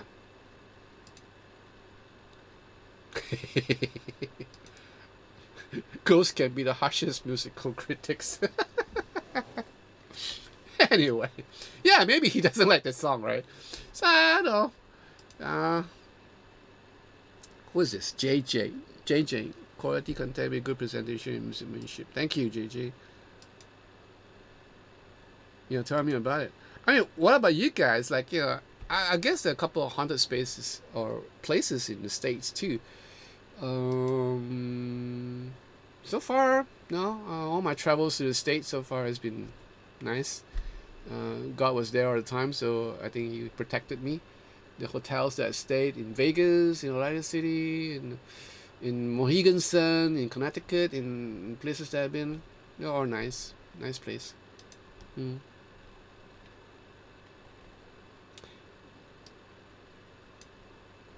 There's one spooky story that I heard from a engineer friend of mine. He's from Japan, and his name was Yama. We call him Yama-san. Fat guy, big, well-built guy, almost like a sumo wrestler, but a great engineer. He's got great ears. And he was sharing with me about this story about the studio that he used to work in Tokyo. And he was doing an all-night session, and he was so tired out that he actually fell asleep in the studio. And in the middle of the night, he woke up because he heard something and saw like shadows and stuff like that. And he woke up and kind of went investigating. And in that in that recording room, you have like control room and you have the recording room. So he went to the recording room, turned on the lights, saw nothing there, and then turned off the lights. And as soon as he turned off the light, he saw this figure appearing right before him, and he was like dressed in a samurai get up, like a warrior, like a samurai who had gone to war, with all that get up, the armor and stuff, like right in front of him. And he was so spooked that he actually knelt to his knees and kind of passed out right after that. So yeah, so it was interesting, to hear it from another engineer, fellow musician, or who's from overseas. So it's kind of interesting. And there's so many things that goes on in the studio when I was in Taipei, but I will share that later on in another day. Hey, thank you, Sunset. Thank you so much. So like I said, if you want to buy me a cup of coffee, you can do that in your super chat, or what's it called, super icon or something? I don't know what is this. Super sticker.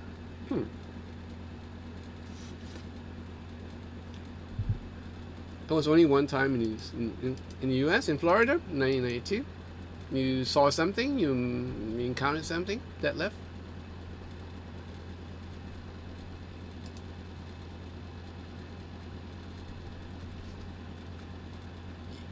Guys, you probably won't believe me, but I'm trying to tell you that this thing about the devil, if there's a light, there's the dark, and he's real, okay? Trust me, because I've seen firsthand all those things that he does to kind of create confusion, to create fear in you, so that you would not be aware of a higher power than yourself, and I've seen all these things. I've seen guys getting possessed. I've seen manifestations and stuff like that, and I want to tell you, like, God is real, because the devil is real too, and he would try his best to steer you away from God, to steer you away from Jesus, so that you would kind of believe in something else rather than the true God. And that's what happens. Right? I love a horror story as much as the other guy. I'm a horror fan. I used to read a whole lot of horror books and watch a whole lot of horror movies, but I don't believe in any of those, because just a good scare. Some of the worst ones are from Korea and from Japan. Those are really spooky, right? So yeah. Hi, Justin. Wondering if you like Floyd Rose style, but not so much. And why? Okay, I'll tell you again because I actually explained a couple of times in my past live streams. I used to have a lot of Floyd Rose guitars. My latest one was what's this? Fender. What's this guy? Richie Sambora, Mexican-made guitar from Fender, and I bought that a couple of years ago, and I was using it. But before that, I had a Luke, Ernie Ball Luke Music Man with Floyd Rose, and before that, I have other guitars with Floyd Rose system. So I have my experiences with Floyd Rose guitars. Back then, because I was playing in a lighter gauge, namely like 09s, I was breaking a lot of strings, and I had to it was a chore for me to kind of like take off the Allen key and change the strings, and it was just a chore for me. As far as tuning is concerned, yeah, it stays really much in tune, relatively in tune. In fact, almost every time, it doesn't go out of tune anytime. With all your weird bends and all that, I have some, like my Luke has a recess in the back, so I can bend up and down, and yeah, I normally don't go out of tune. So that is for extreme whammy playing, And back in the 80s, we're doing a whole lot of that, with Van Halen and other players, Steve Vai. So we were going on way, and all that, So yeah, it helps, right, if you're playing that sort of music. As I went into studio work, it was okay. The Floyd Rose, you can always change your strings, But I finally found out that, look, I can actually make do with a non-Floyd Rose guitar, as long as had it well set up, and it takes out that pain in changing strings. So, like for example, this guitar that I have here, this is a 50 traditional Strat. Before I had the vegatrem, and it came in with a traditional 6-screw, and the guitar stays in tune, and I can do all sorts of stuff. I can do more now with the vegatrem because I can I can go all the way up without any recess dug in. So and it stays in tune. Trust me, this guitar stays in tune without lock-in tuners. And I don't see why I would use a Floyd Rose system right now. Yeah, so I hope that answers your question, Justin. Don Dickfish. So John, I must finish my visit greeting to you and all the kind of people in your chat. A question: where do you sit at this moment? Sorry, to the next time. What do you mean? Where do I sit at this moment? I don't understand that. That left, I make a tour of Florida with a mobile home 3 weeks. Wow, it's crazy. Hi, I can't pronounce your name, my Russian friend, but welcome. Oh yeah, it's nice. It's a beautiful Strat. Yeah, and it's cheap. It's really cheap. It's like, what, I paid like $1,000 for it. Maybe less than that. 1050 or something like that. Yeah, and beautifully crafted from Fender Japan. To tell you the truth, I would buy a Fender Japan anytime. Instead of a more expensive American-made Stratocaster, because I don't know, these pickups are relatively cheap. These are like ceramic pickups, and I found out because Wayne took them apart. What do I want to do something about the tone bleed, treble bleed. I think I had treble bleed on this. I don't know. I'm mistaken.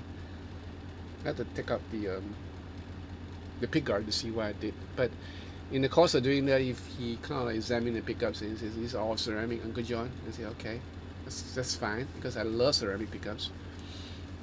Huh.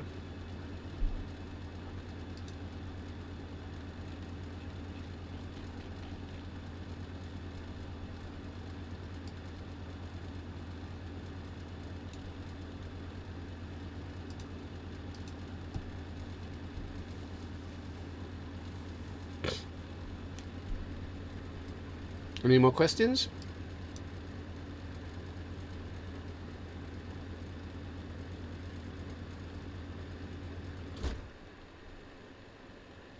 Don, no, I'm not. I'm neither. I'm not in America. I'm not in UK. I'm in Singapore. Singapore is on the tip of the Malaysian Peninsula in Southeast Asia. Yeah, so I was born here, I was raised here. Yeah. Alvin, what about the Fender 50s Vitara Strats? They're nice, nice. I actually did a review on the Vintera Strat.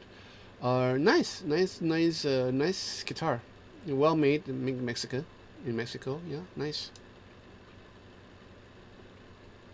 I even did but I think you should know, because if you're subscribed to the channel, you'll know that I did a Vintera Tally with a Bixby.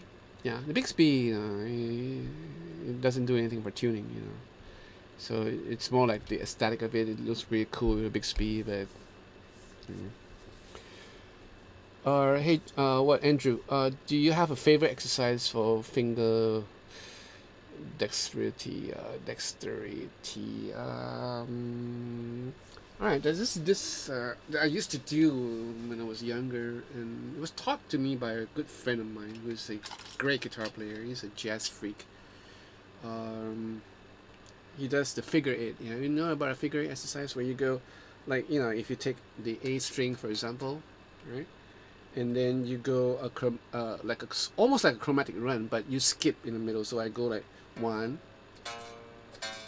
and then I'll skip to the 3rd and 4th on the adjacent string. So from an E to A string. So, and then back again. You got that? So.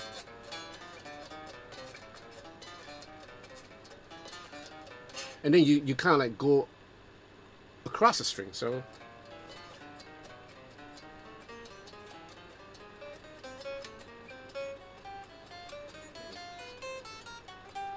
And yeah, just kind of like warm up. It's almost like a warm up exercise, and you can do it all across the guitar. So I used to do this when I was younger, and it didn't make me play my pinky as much as I thought you would.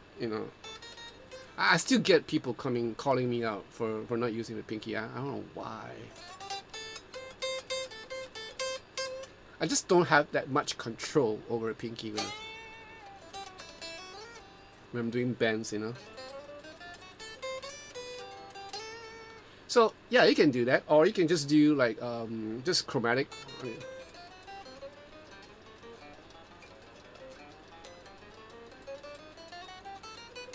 And then just go up and down. So these are like real simple exercises. The figure eight is really good because it kind of like help you to kind of adjust to adjacent picking and stuff like that. Yeah, hope that helps. What's this? Galax. I'm Singaporean too. Yes. Knew you through my father. Good Lord. Wow. My father showed me some of your videos and it kind of inspired me somehow. Awesome. Do I know your father? No? Yeah? Maybe I do know your father. I don't know. But welcome. It's pretty late. How old are you? Are you allowed to stay up this late?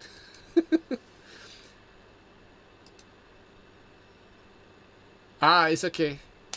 Oh, okay, so you're asking me where I sit, where I'm situated. Okay, I'm in Singapore. You take care. You take care, Dorn. Yeah, my German friend. Yeah? Auf Wiedersehen. Bonzo Bohem. What's your take on the question phrase of today? Do you really need guitar amps today? Ha, that's a nice one. Do I need guitar amps? Yes and no. Okay, that's something I want to tell you about. Actually, this is something that was on my mind. It's a pity. I don't think my friend Pershing is around. If he's around, Pershing, if you're around, can you give me a shout out, because it's actually a question for you too. All right. I was thinking about Michael Landau. All right, the great Michael Landau, and I've seen him perform live many times. And his tone is always there, and he's not using multi effects like what we do, like Helix and stuff like that. He uses he uses a Fender amp, this DeVille, the Michael Landau model. He uses a Sir guitar, and he always has a great tone. And for him, you have to understand that he will have roadie if he goes on a show. He will have a roadie. He will have guys that knows his sound to kind of like do stuff for him, like to get a guitar tech, to mic it up for him, what sort of mics that suited him, and of course the appropriation of the amps. And because it's a big time show, I saw him in concert in Italy with this big Italy superstar. I forgot his name, and he was playing guitar. And his tone was so wonderful, So he was playing with amps. But for guys like us, who's not named Michael Landau, we can't afford roadies. We can't afford a guitar tech. So we have to be everyone ourselves, So the best way for us to go is through a multi-effects like the Helix or the Kemper stage or whatever you have, the effect tool, because we can kind of like do it ourselves and try to get the best optimal sound on stage. That for one. The other thing is that because I'm not using amps, I kind of minus out the chances of the amps being damaged, or not having the amp in the rider. I share a lot of times, like sometimes in the rider I would request for certain amps, but I didn't get it because they don't have it, and they fail to tell me why, or they fail to tell me at all. So that's really frustrating. And for me, I just bring on, in a way, I'm bringing my whole rig. And henceforth, that's why Kemper calls their preset rigs. And I understand why, because one rig means amp, and then you have all your effects. That's called a rig, That's right. So for Helix, it's called a preset, and then you have patches, So the presets are in the patches and stuff like that. Yeah. So where was I? Oh, I digress. So anyway, because you have all this setup, I minus the possibility of my amps getting damaged or spoiled or not having the right amps. I minus the possibility of getting a mic that might be faulty, or someone who doesn't know how to mic a good amp. Because you're not working with your own guitar tech or your own engineer, so you're working with strangers who might not even know what your sound is. And I get that all the time. I play in so many shows all around in Asia, and we get all different people, different crew. So that is why I choose to use multi-effects like Helix instead of using an amp. I would love to use amp. I mean, if I have my Langley and my faithful Langley, which I even seldom use unless I really want the amp sound. So in a studio, yeah, why not? I mean, if I have a recording studio, which I used to have one, I will probably have a couple of amps that I like.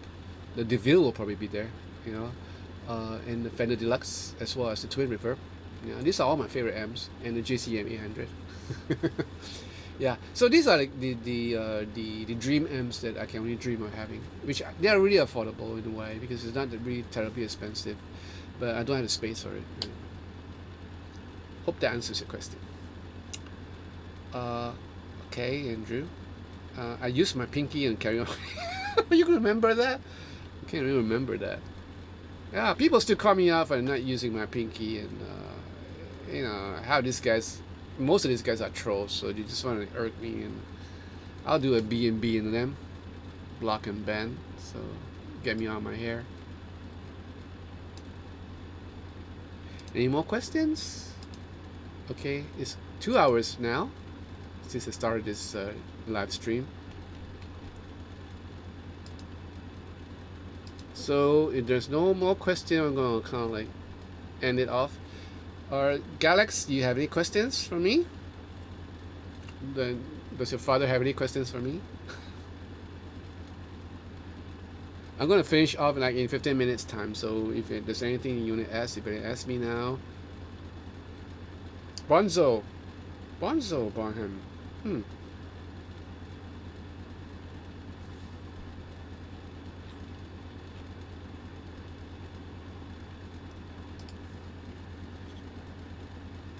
So I hope that helps, Bonzo, right? Sunset, I have a newbie question. How important is that a small practice amp be grounded? It's like 10 watts. I don't have grounded plugs, but don't want to be electrocuted. Yeah. Oh. the possibility of you getting electrocuted is not as high as what you thought. You know, it's that's I don't know that people. I work in situation where I have to take out the ground wire from my amps. Back in the days, I was playing amps on stage because the electrical wiring there is like really bad, and you get humming and all that 60 cycle hum. So once I take out the ground, it works. So I'm not an electrician, you know. So I get the guys to do it. So you might probably want to ask an electrician about this because I don't want you to get electrocuted too. But the chances of you getting electrocuted is very slim. And you know, if I were you, I would not use a cable. Use some of these wireless things that's available in the market at a real cheap price. Some I think you can buy some of these from Harley Benton. Mine is a Line 6. So I have this. It's not focusing properly, right? So this is I just plug in this guitar and there's a unit, you know, home unit. So yeah, no, you will not get electrocuted in that way. All right. Justin, no, I haven't tried it. Spandora Biozonica. No, I haven't tried it.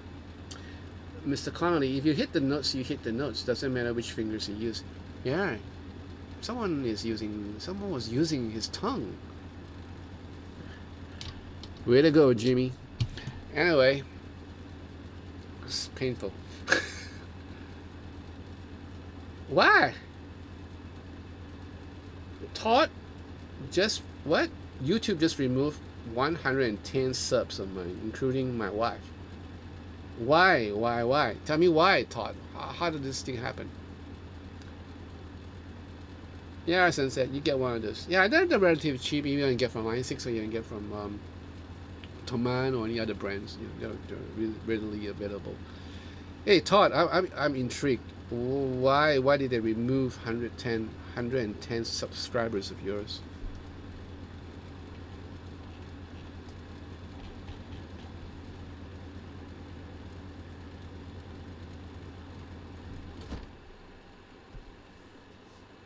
No idea.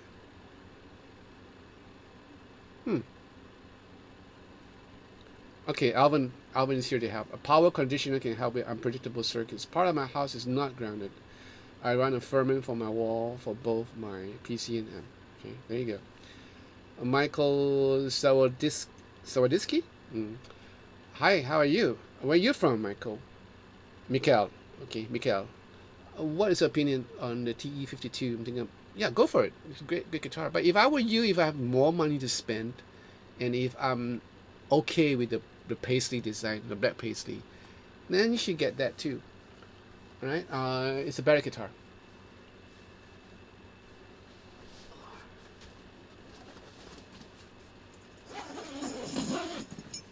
I'm going to show you something. Okay, I'm going to show you something, and then. But it's going to be a hassle taking out because it's in a hole inside and I don't want to be breaking anything.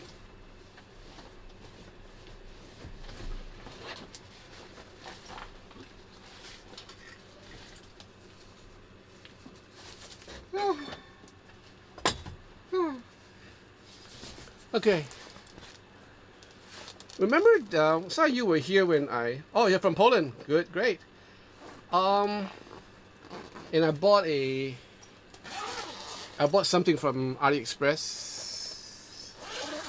So I managed to get it fixed up into my black paisley. Alright, so check this out. Nice? So it goes nicely with the black paisley design. So yeah. This set me back like what, $6, $12, I forgot. Because it came in with the whole bridge system, but it doesn't fit here because the pickups are kind of like different angle. So I kind of like forgo the pickups and well the bridge and just fix on the pickup selector plate. It's pretty cool. Right? What do you think? Nice? And I like this guitar because it sounds nice. And acoustically, you know. I just can't imagine this cheap guitar sounded so good, and I use this a lot for my recordings. Like, sometimes if I were to do a recording or a session and I wanted a nice tally sound, I would go for this, you know. And I kind of like shave off the neck a little bit, well, a lot, because it was so thick with lacquer, way thicker than the 50 thread. So kind of shave it off, and it's really nice, it's smooth, easy to play. So if you are interested, who was asking me about, was it you, Mikkel? Yeah. So if you're interested in getting a tally, right? So this is a bit thick. The neck is a bit chunkier. And if I'm not mistaken, the T52 is about the same, because I actually reviewed one of those before. So it's around the same girth as this. So, but you know, don't let it pull you off.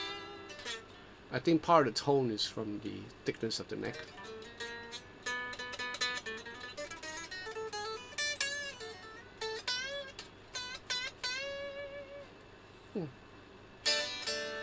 I haven't changed strings yet, you know.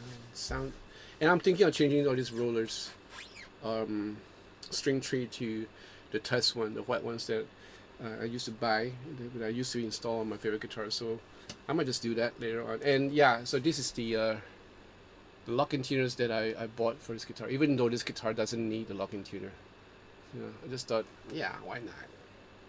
And heavily modded. So this is Seymour Duncan's hot tally set, right? Still loving this guitar, you know. I might just do a video on this. I don't know, just to show people what I've done. What's this? I just did that. Shakespeare, right? Practice tips. I don't know. Like you could play your favorite song, right? And jam along with your favorite song. I used to jam along with some of my favorite songs, and I saw that, Orion. No, I'm not gonna play Crazy Love. Go and watch the video and give me some more likes, you know. Yeah, and it's just the way to go. You know, play your favorite song and jam along. And one of the things that I used to do back in the day, I can't do it now because I don't want to get demonetized. Is I would play like certain songs that I like. For example, one of my favorite songs is from Michael McDonald called I Keep Forgetting. You know, it's a nice drum groove by Jeff Porcaro, nice funky groove, and there's a whole lot of spaces, and that's part of the reason why I love the song so much, because there's a whole lot of spaces. And Steve Lukather was playing rhythm guitar in it. What I do is that I'll play along with the guitar, with my guitar, with that song, and there'll be like a lot of gaps in between, and I can just sneak in a solo or two, right? And it's all in the head. Okay, guys, it's all in the head. So I always imagine that I'm playing with these guys, and I would just stick in a solo or two in between, you know, the spaces, and that's how I improve, because I don't know, it's just a thought or the imagination of you playing with all these cats that makes you want to do your best and create nice solos. Is how I practice all the time, and not just for this song, there are other songs. So that's something that you can look forward to doing, right?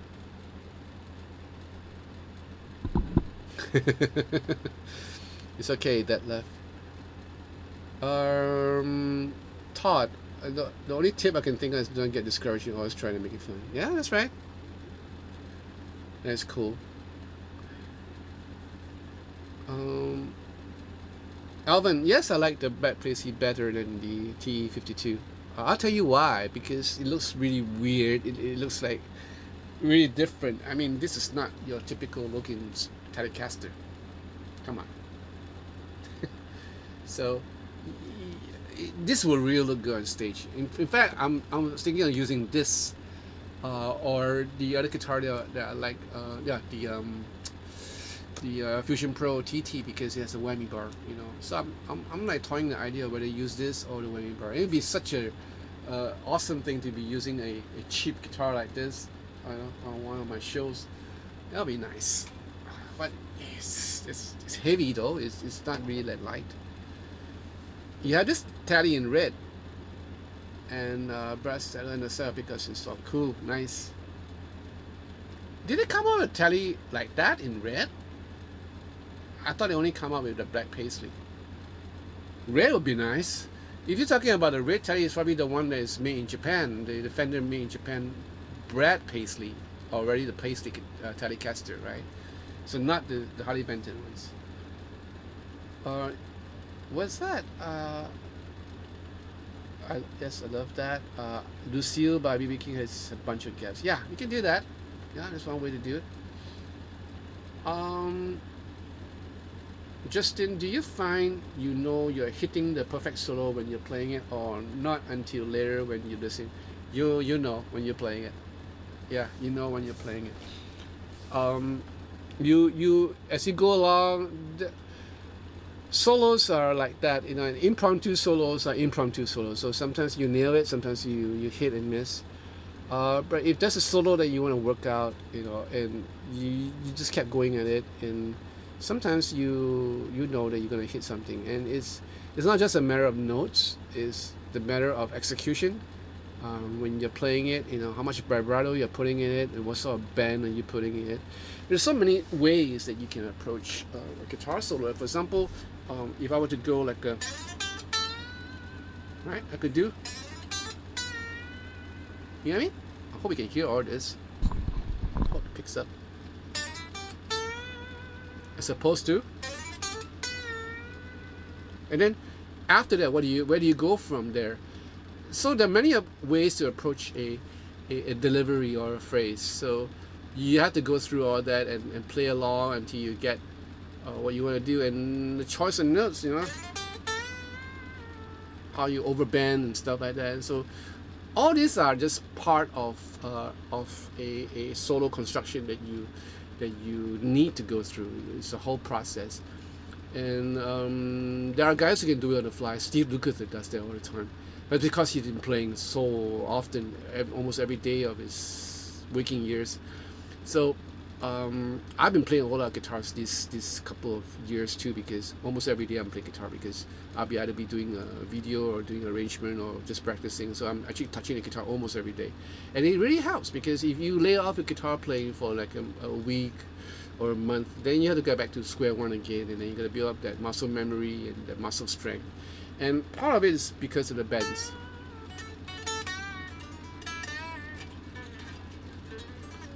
And the fluency of your phrasing. Sometimes the accuracy, because sometimes when you're hitting notes, you end up at the fret instead of before the fret, and then you get sounds like this. So these are all common things that we face as guitarists. The trick of all this is concentration. It's the focus that you need to put on when you're doing, like when I'm like, okay, if you can see how I look, or you can see my point of view. I'm looking at the fretboard and I'm going like, okay, I'm going to nail this, right? And I make sure that I nail every note. If I'm not concentrating on it, if I'm not focused on it, I will probably miss a note or two. And that is most crucial when you're playing live, because I play in shows where I'm really practically nervous because my solo is coming up, and it's a solo that I really love. I think you guys can see one of the songs when I did for a live concert in one of my videos. Go do a search. It's for this guy called Jeff Chang, and that song, I love that song because that song was recorded in the States, and it was done. The solo was done by Michael Thompson. Yeah, that great Michael Thompson. And it's not just because it's by Michael Thompson. It's because of the phrasing that he had for that solo, and I try to keep it as close as possible to his notes, but I kind of like didn't follow it because I kind of like want to get into the spirit of his playing. And I was really like not panicking because of it. That is not a hard solo for me. That was relatively easy, but you'll be anticipating the solo, and the song's coming up, and you're going to do the solo, and you want to nail it the first time because you want to pay homage to Michael Thompson as well as to the song. And further from the fact that there are like 60,000 or 40,000 people watching you, so, and it's recorded for DVD, and so you want to nail it the first time, and that's a whole lot of pressure. But if you get your mind out of that and just focusing on what you're doing on your fretboard, it makes it a whole lot easier. I know it sounds easier than done, said and done, but it's all about you and your mental capability to face up the situation.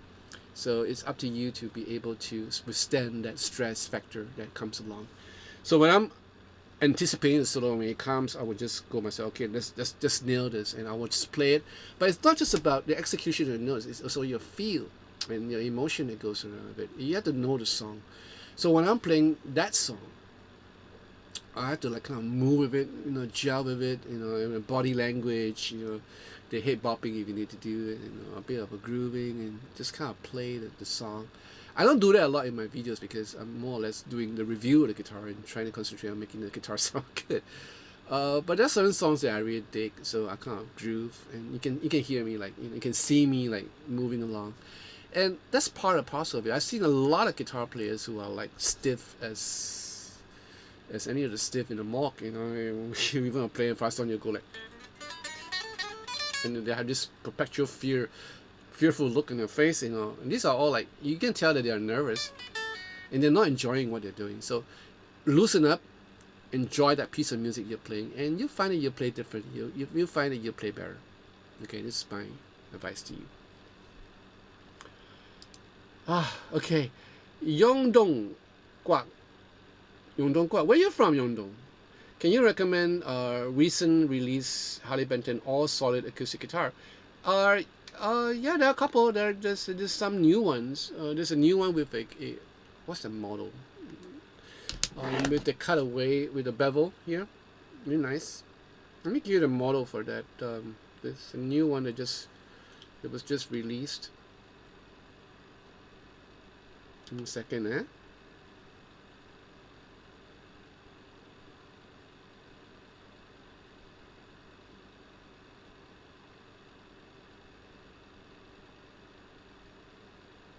You don't have it here. How come?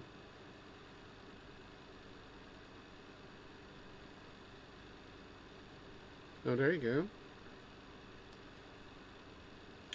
It's called the CLG 600. Oh, this is like, you know, too long. Okay, the CLG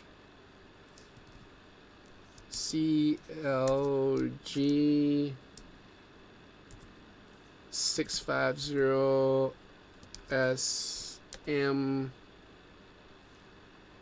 SM-CE. Yeah, solid wood.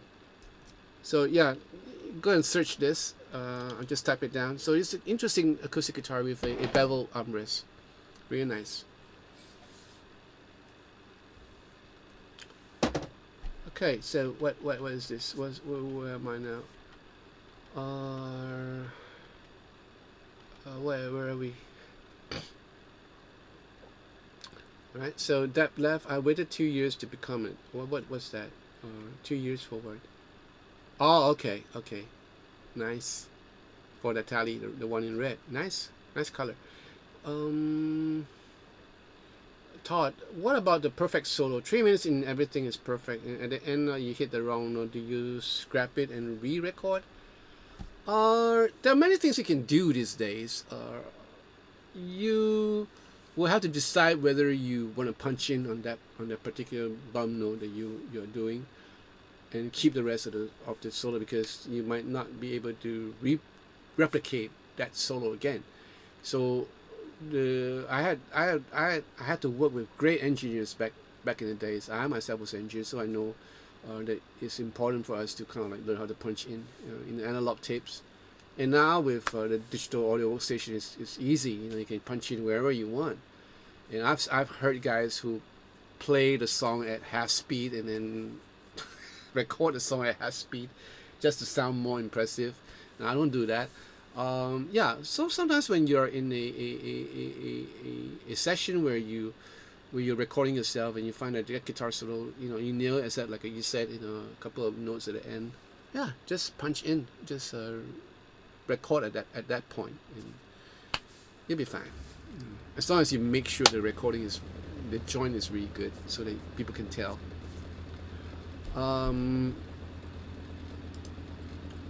Thomann site not always tell you there is a bone nut in the HP guitars. I've seen the more expensive ones do, but Thomann site does not. Yeah, they don't. And most of the times, those are not bone nuts, you know. And bone nuts are pretty inexpensive. These are, I guess, are plastic. No, I don't know. Maybe I got Wayne to do something like this. Maybe it's a tusk nut. I think I had Wayne fitted a tusk nut for me.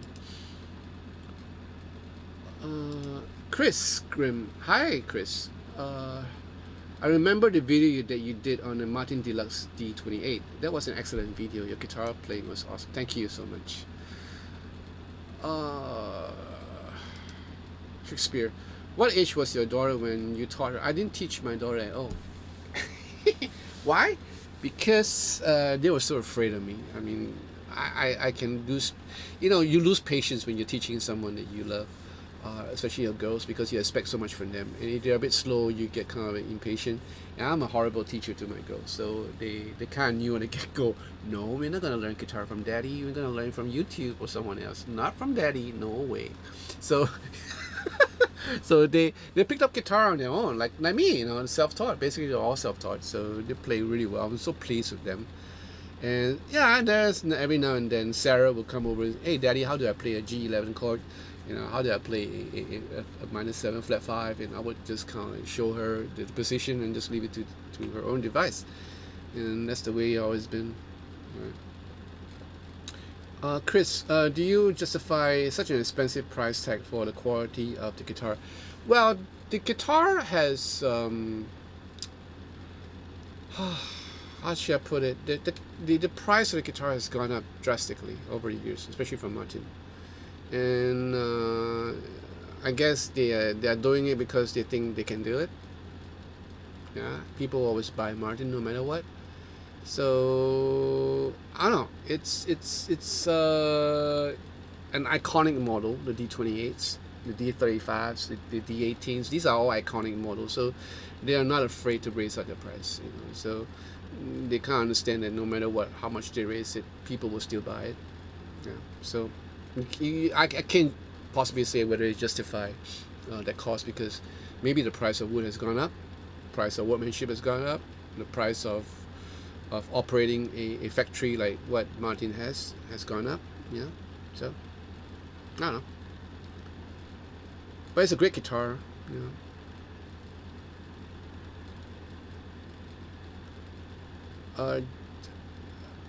I think installing an RRBX pickup would change the tone of the guitar? No. The RRBX would do nothing to change the guitar tone. Unless you're like hitting like a barn door kind of like a control system for your pickup, like, you know, what they do to Takami. That would change the tone of the guitar. The RRBX system is very unobtrusive, right? So it doesn't really affect the tone.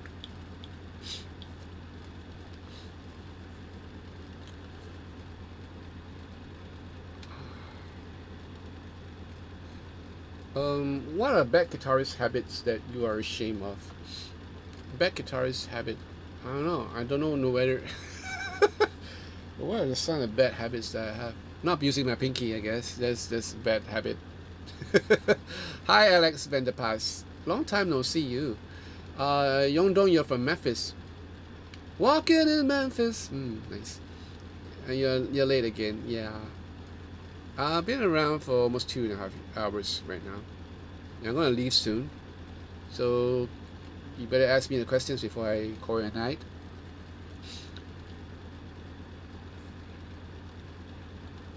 You install an RRBX Anthem, you notice a change? It doesn't matter because M-tone will always be more pleasurable to be. Really? I don't see any change because the way it's installed, you know, you there's not much. There's no routing done. The only thing is the Paseo pickups on your bridge, and that's about it. You know.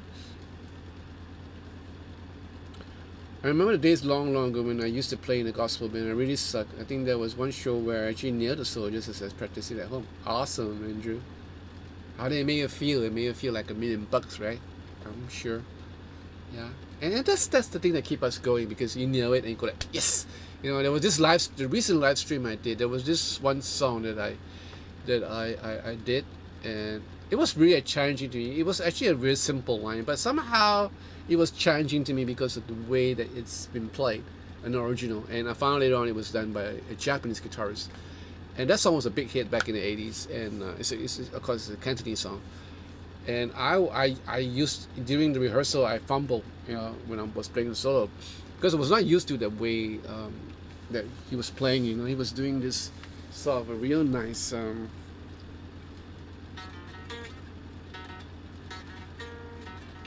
It's okay. Because I forgot how he goes. Um,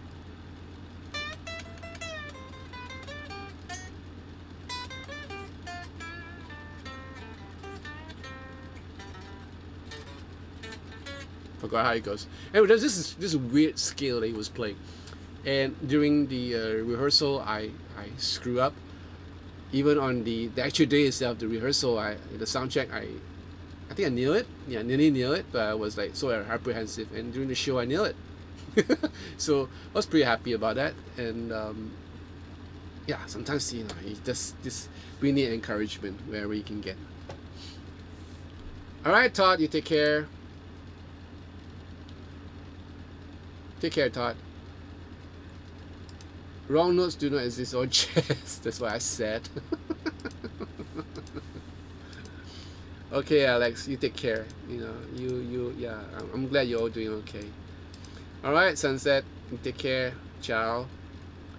I hope there's a bigger Asian community of guitarists. I'd like to see an Asian famous for blues in the States, but I guess we haven't suffered as much as we did. Well, you get someone who has built railroads, or a descendant of someone who has built railroads in America, and you probably know the blues. We Chinese know our fair share of blues, or Asians. We've gone through stuff, right? So, Andrew, I would always fumble on stage, or always get nervous, and then my fingers won't work right. Yeah, that's welcome to the guitar world. Is what happens when we're performing, and it's a matter of time when people always ask me, John, why are you so cool on stage? Why you can do all that and not fumble, and those are not easy solos and stuff like that. It's just my answer to that is because I love what I do. I enjoy playing on stage, and I love the song. I'm gonna put a link to that video I was telling you guys about, so you might just want to take a look. Mind you, they are all in Chinese, so you might not understand the lingo, but who cares? It's the it's the what you call that? The music that matters, right? Speaking of which, I'm hungry. I'm actually hungry. In a second, I'll try to call up the video. It's a bit way back,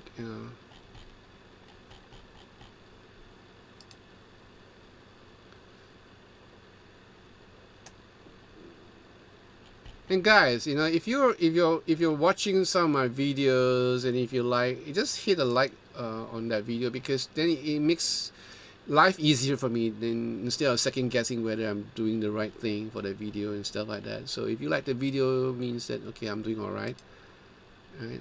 I know I have a lot more subscribers than I do on views and on likes, because sometimes I could have.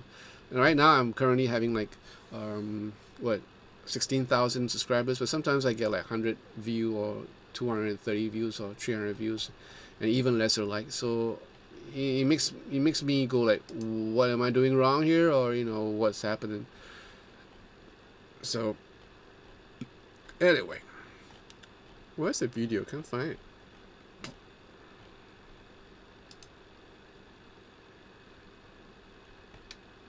My stomach is craving for food.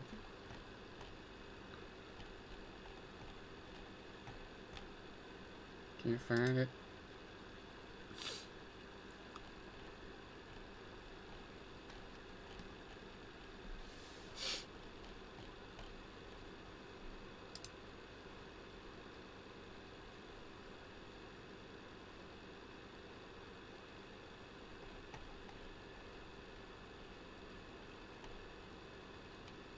I thought I saw it. Nope.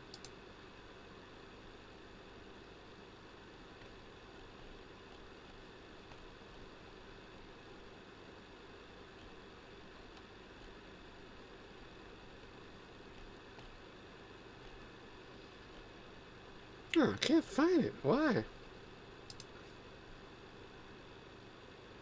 Oh, there you go. Found it. So I'm gonna put the link down at the chat.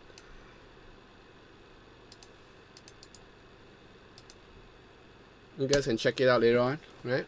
So what everyone gets the blues and few sing it and even less sing it well. True. Oh, thank you, Alex. There are a couple of videos that are not really good. I don't understand why what your channel is more popular. What do you think is happening? Or isn't more popular? I don't know. Maybe Asian man. I don't know. Yeah. If I were like 26 years old and I'm pretty as can be, wearing my tank top and playing guitar like I do, I'll probably have like 12 million subscribers on the get-go.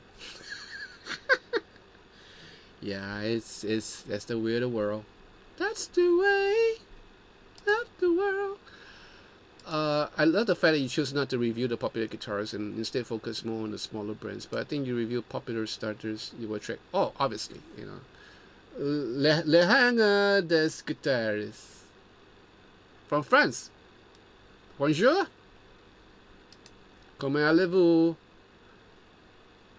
Welcome to the channel, or welcome to the live stream. I'm about to leave the live stream. I'm gonna finish off soon. Because I found out about you from the Little Martin review, so I think it would definitely give you more spotlight. Yeah, I know, but I'm not doing it for the money for this channel. Like, you know, I've said it many times. Hi, Jim. Good to see you. I do it for a purpose, and the purpose is to kind of help people out if I can, and to let people know that there are many other options out there other than the usual suspect like Gibson and Fender and PRS, you know. So, but sometimes you can't help but to review guitars from them because they're great guitars, you know, or they're interesting guitars. Everyone needs to click the notification bell so YouTube tells you when John uploads. Thank you, Andrew. You're so sweet. You're right, but some of that tank top can play guitar. Oh, you tell me about it. And I've seen a lot of them. Like, you know, what I'm trying to say is that it all depends on your content, and a lot of it is about your physical appearance. All right. Thank you, Alvin. Right, guys, I'm gonna have my Maggie mee. In case you don't know what is a Maggie mee, is a instant noodles, and I have a couple of vegetables and some sausages, and I'm good to go. Oh, I do the same. Thank you, my friend. Thank you so much. Yeah. Yeah, you came in a bit late because I started the stream at 12, so sometimes I will post like 6 hours before the stream on the actual day itself, because I am not sure about what day I'm supposed to do live stream, because I thought that tonight it will rain like it did yesterday, so most of the time we'll go out cycling around this time, so it didn't rain today, so I just thought I'd have a live stream today, so I will more or less notify you guys 6 hours beforehand. Yeah, so yeah. Yeah, I know. It's always good to come in a community of brothers and sisters who are really into guitars. Yeah, so I'm glad you guys enjoy your time here, and I'll see you again next time. So you guys just please stay safe wherever you are, whether you're in Singapore or whether you're in Russia, or there's a whole lot of guys from here all over the world. Germany, Russia, France, Italy, or I guess there's a Korean guy here somewhere. Thank you guys for coming in from Turkey. Thank you guys for joining this stream, and I wish you all the best. May God bless you abundantly. Stay safe, and don't do things I would not do. Right, and keep on playing guitar. The figure 8 exercise, really useful. Figure 8. Ciao. Bye.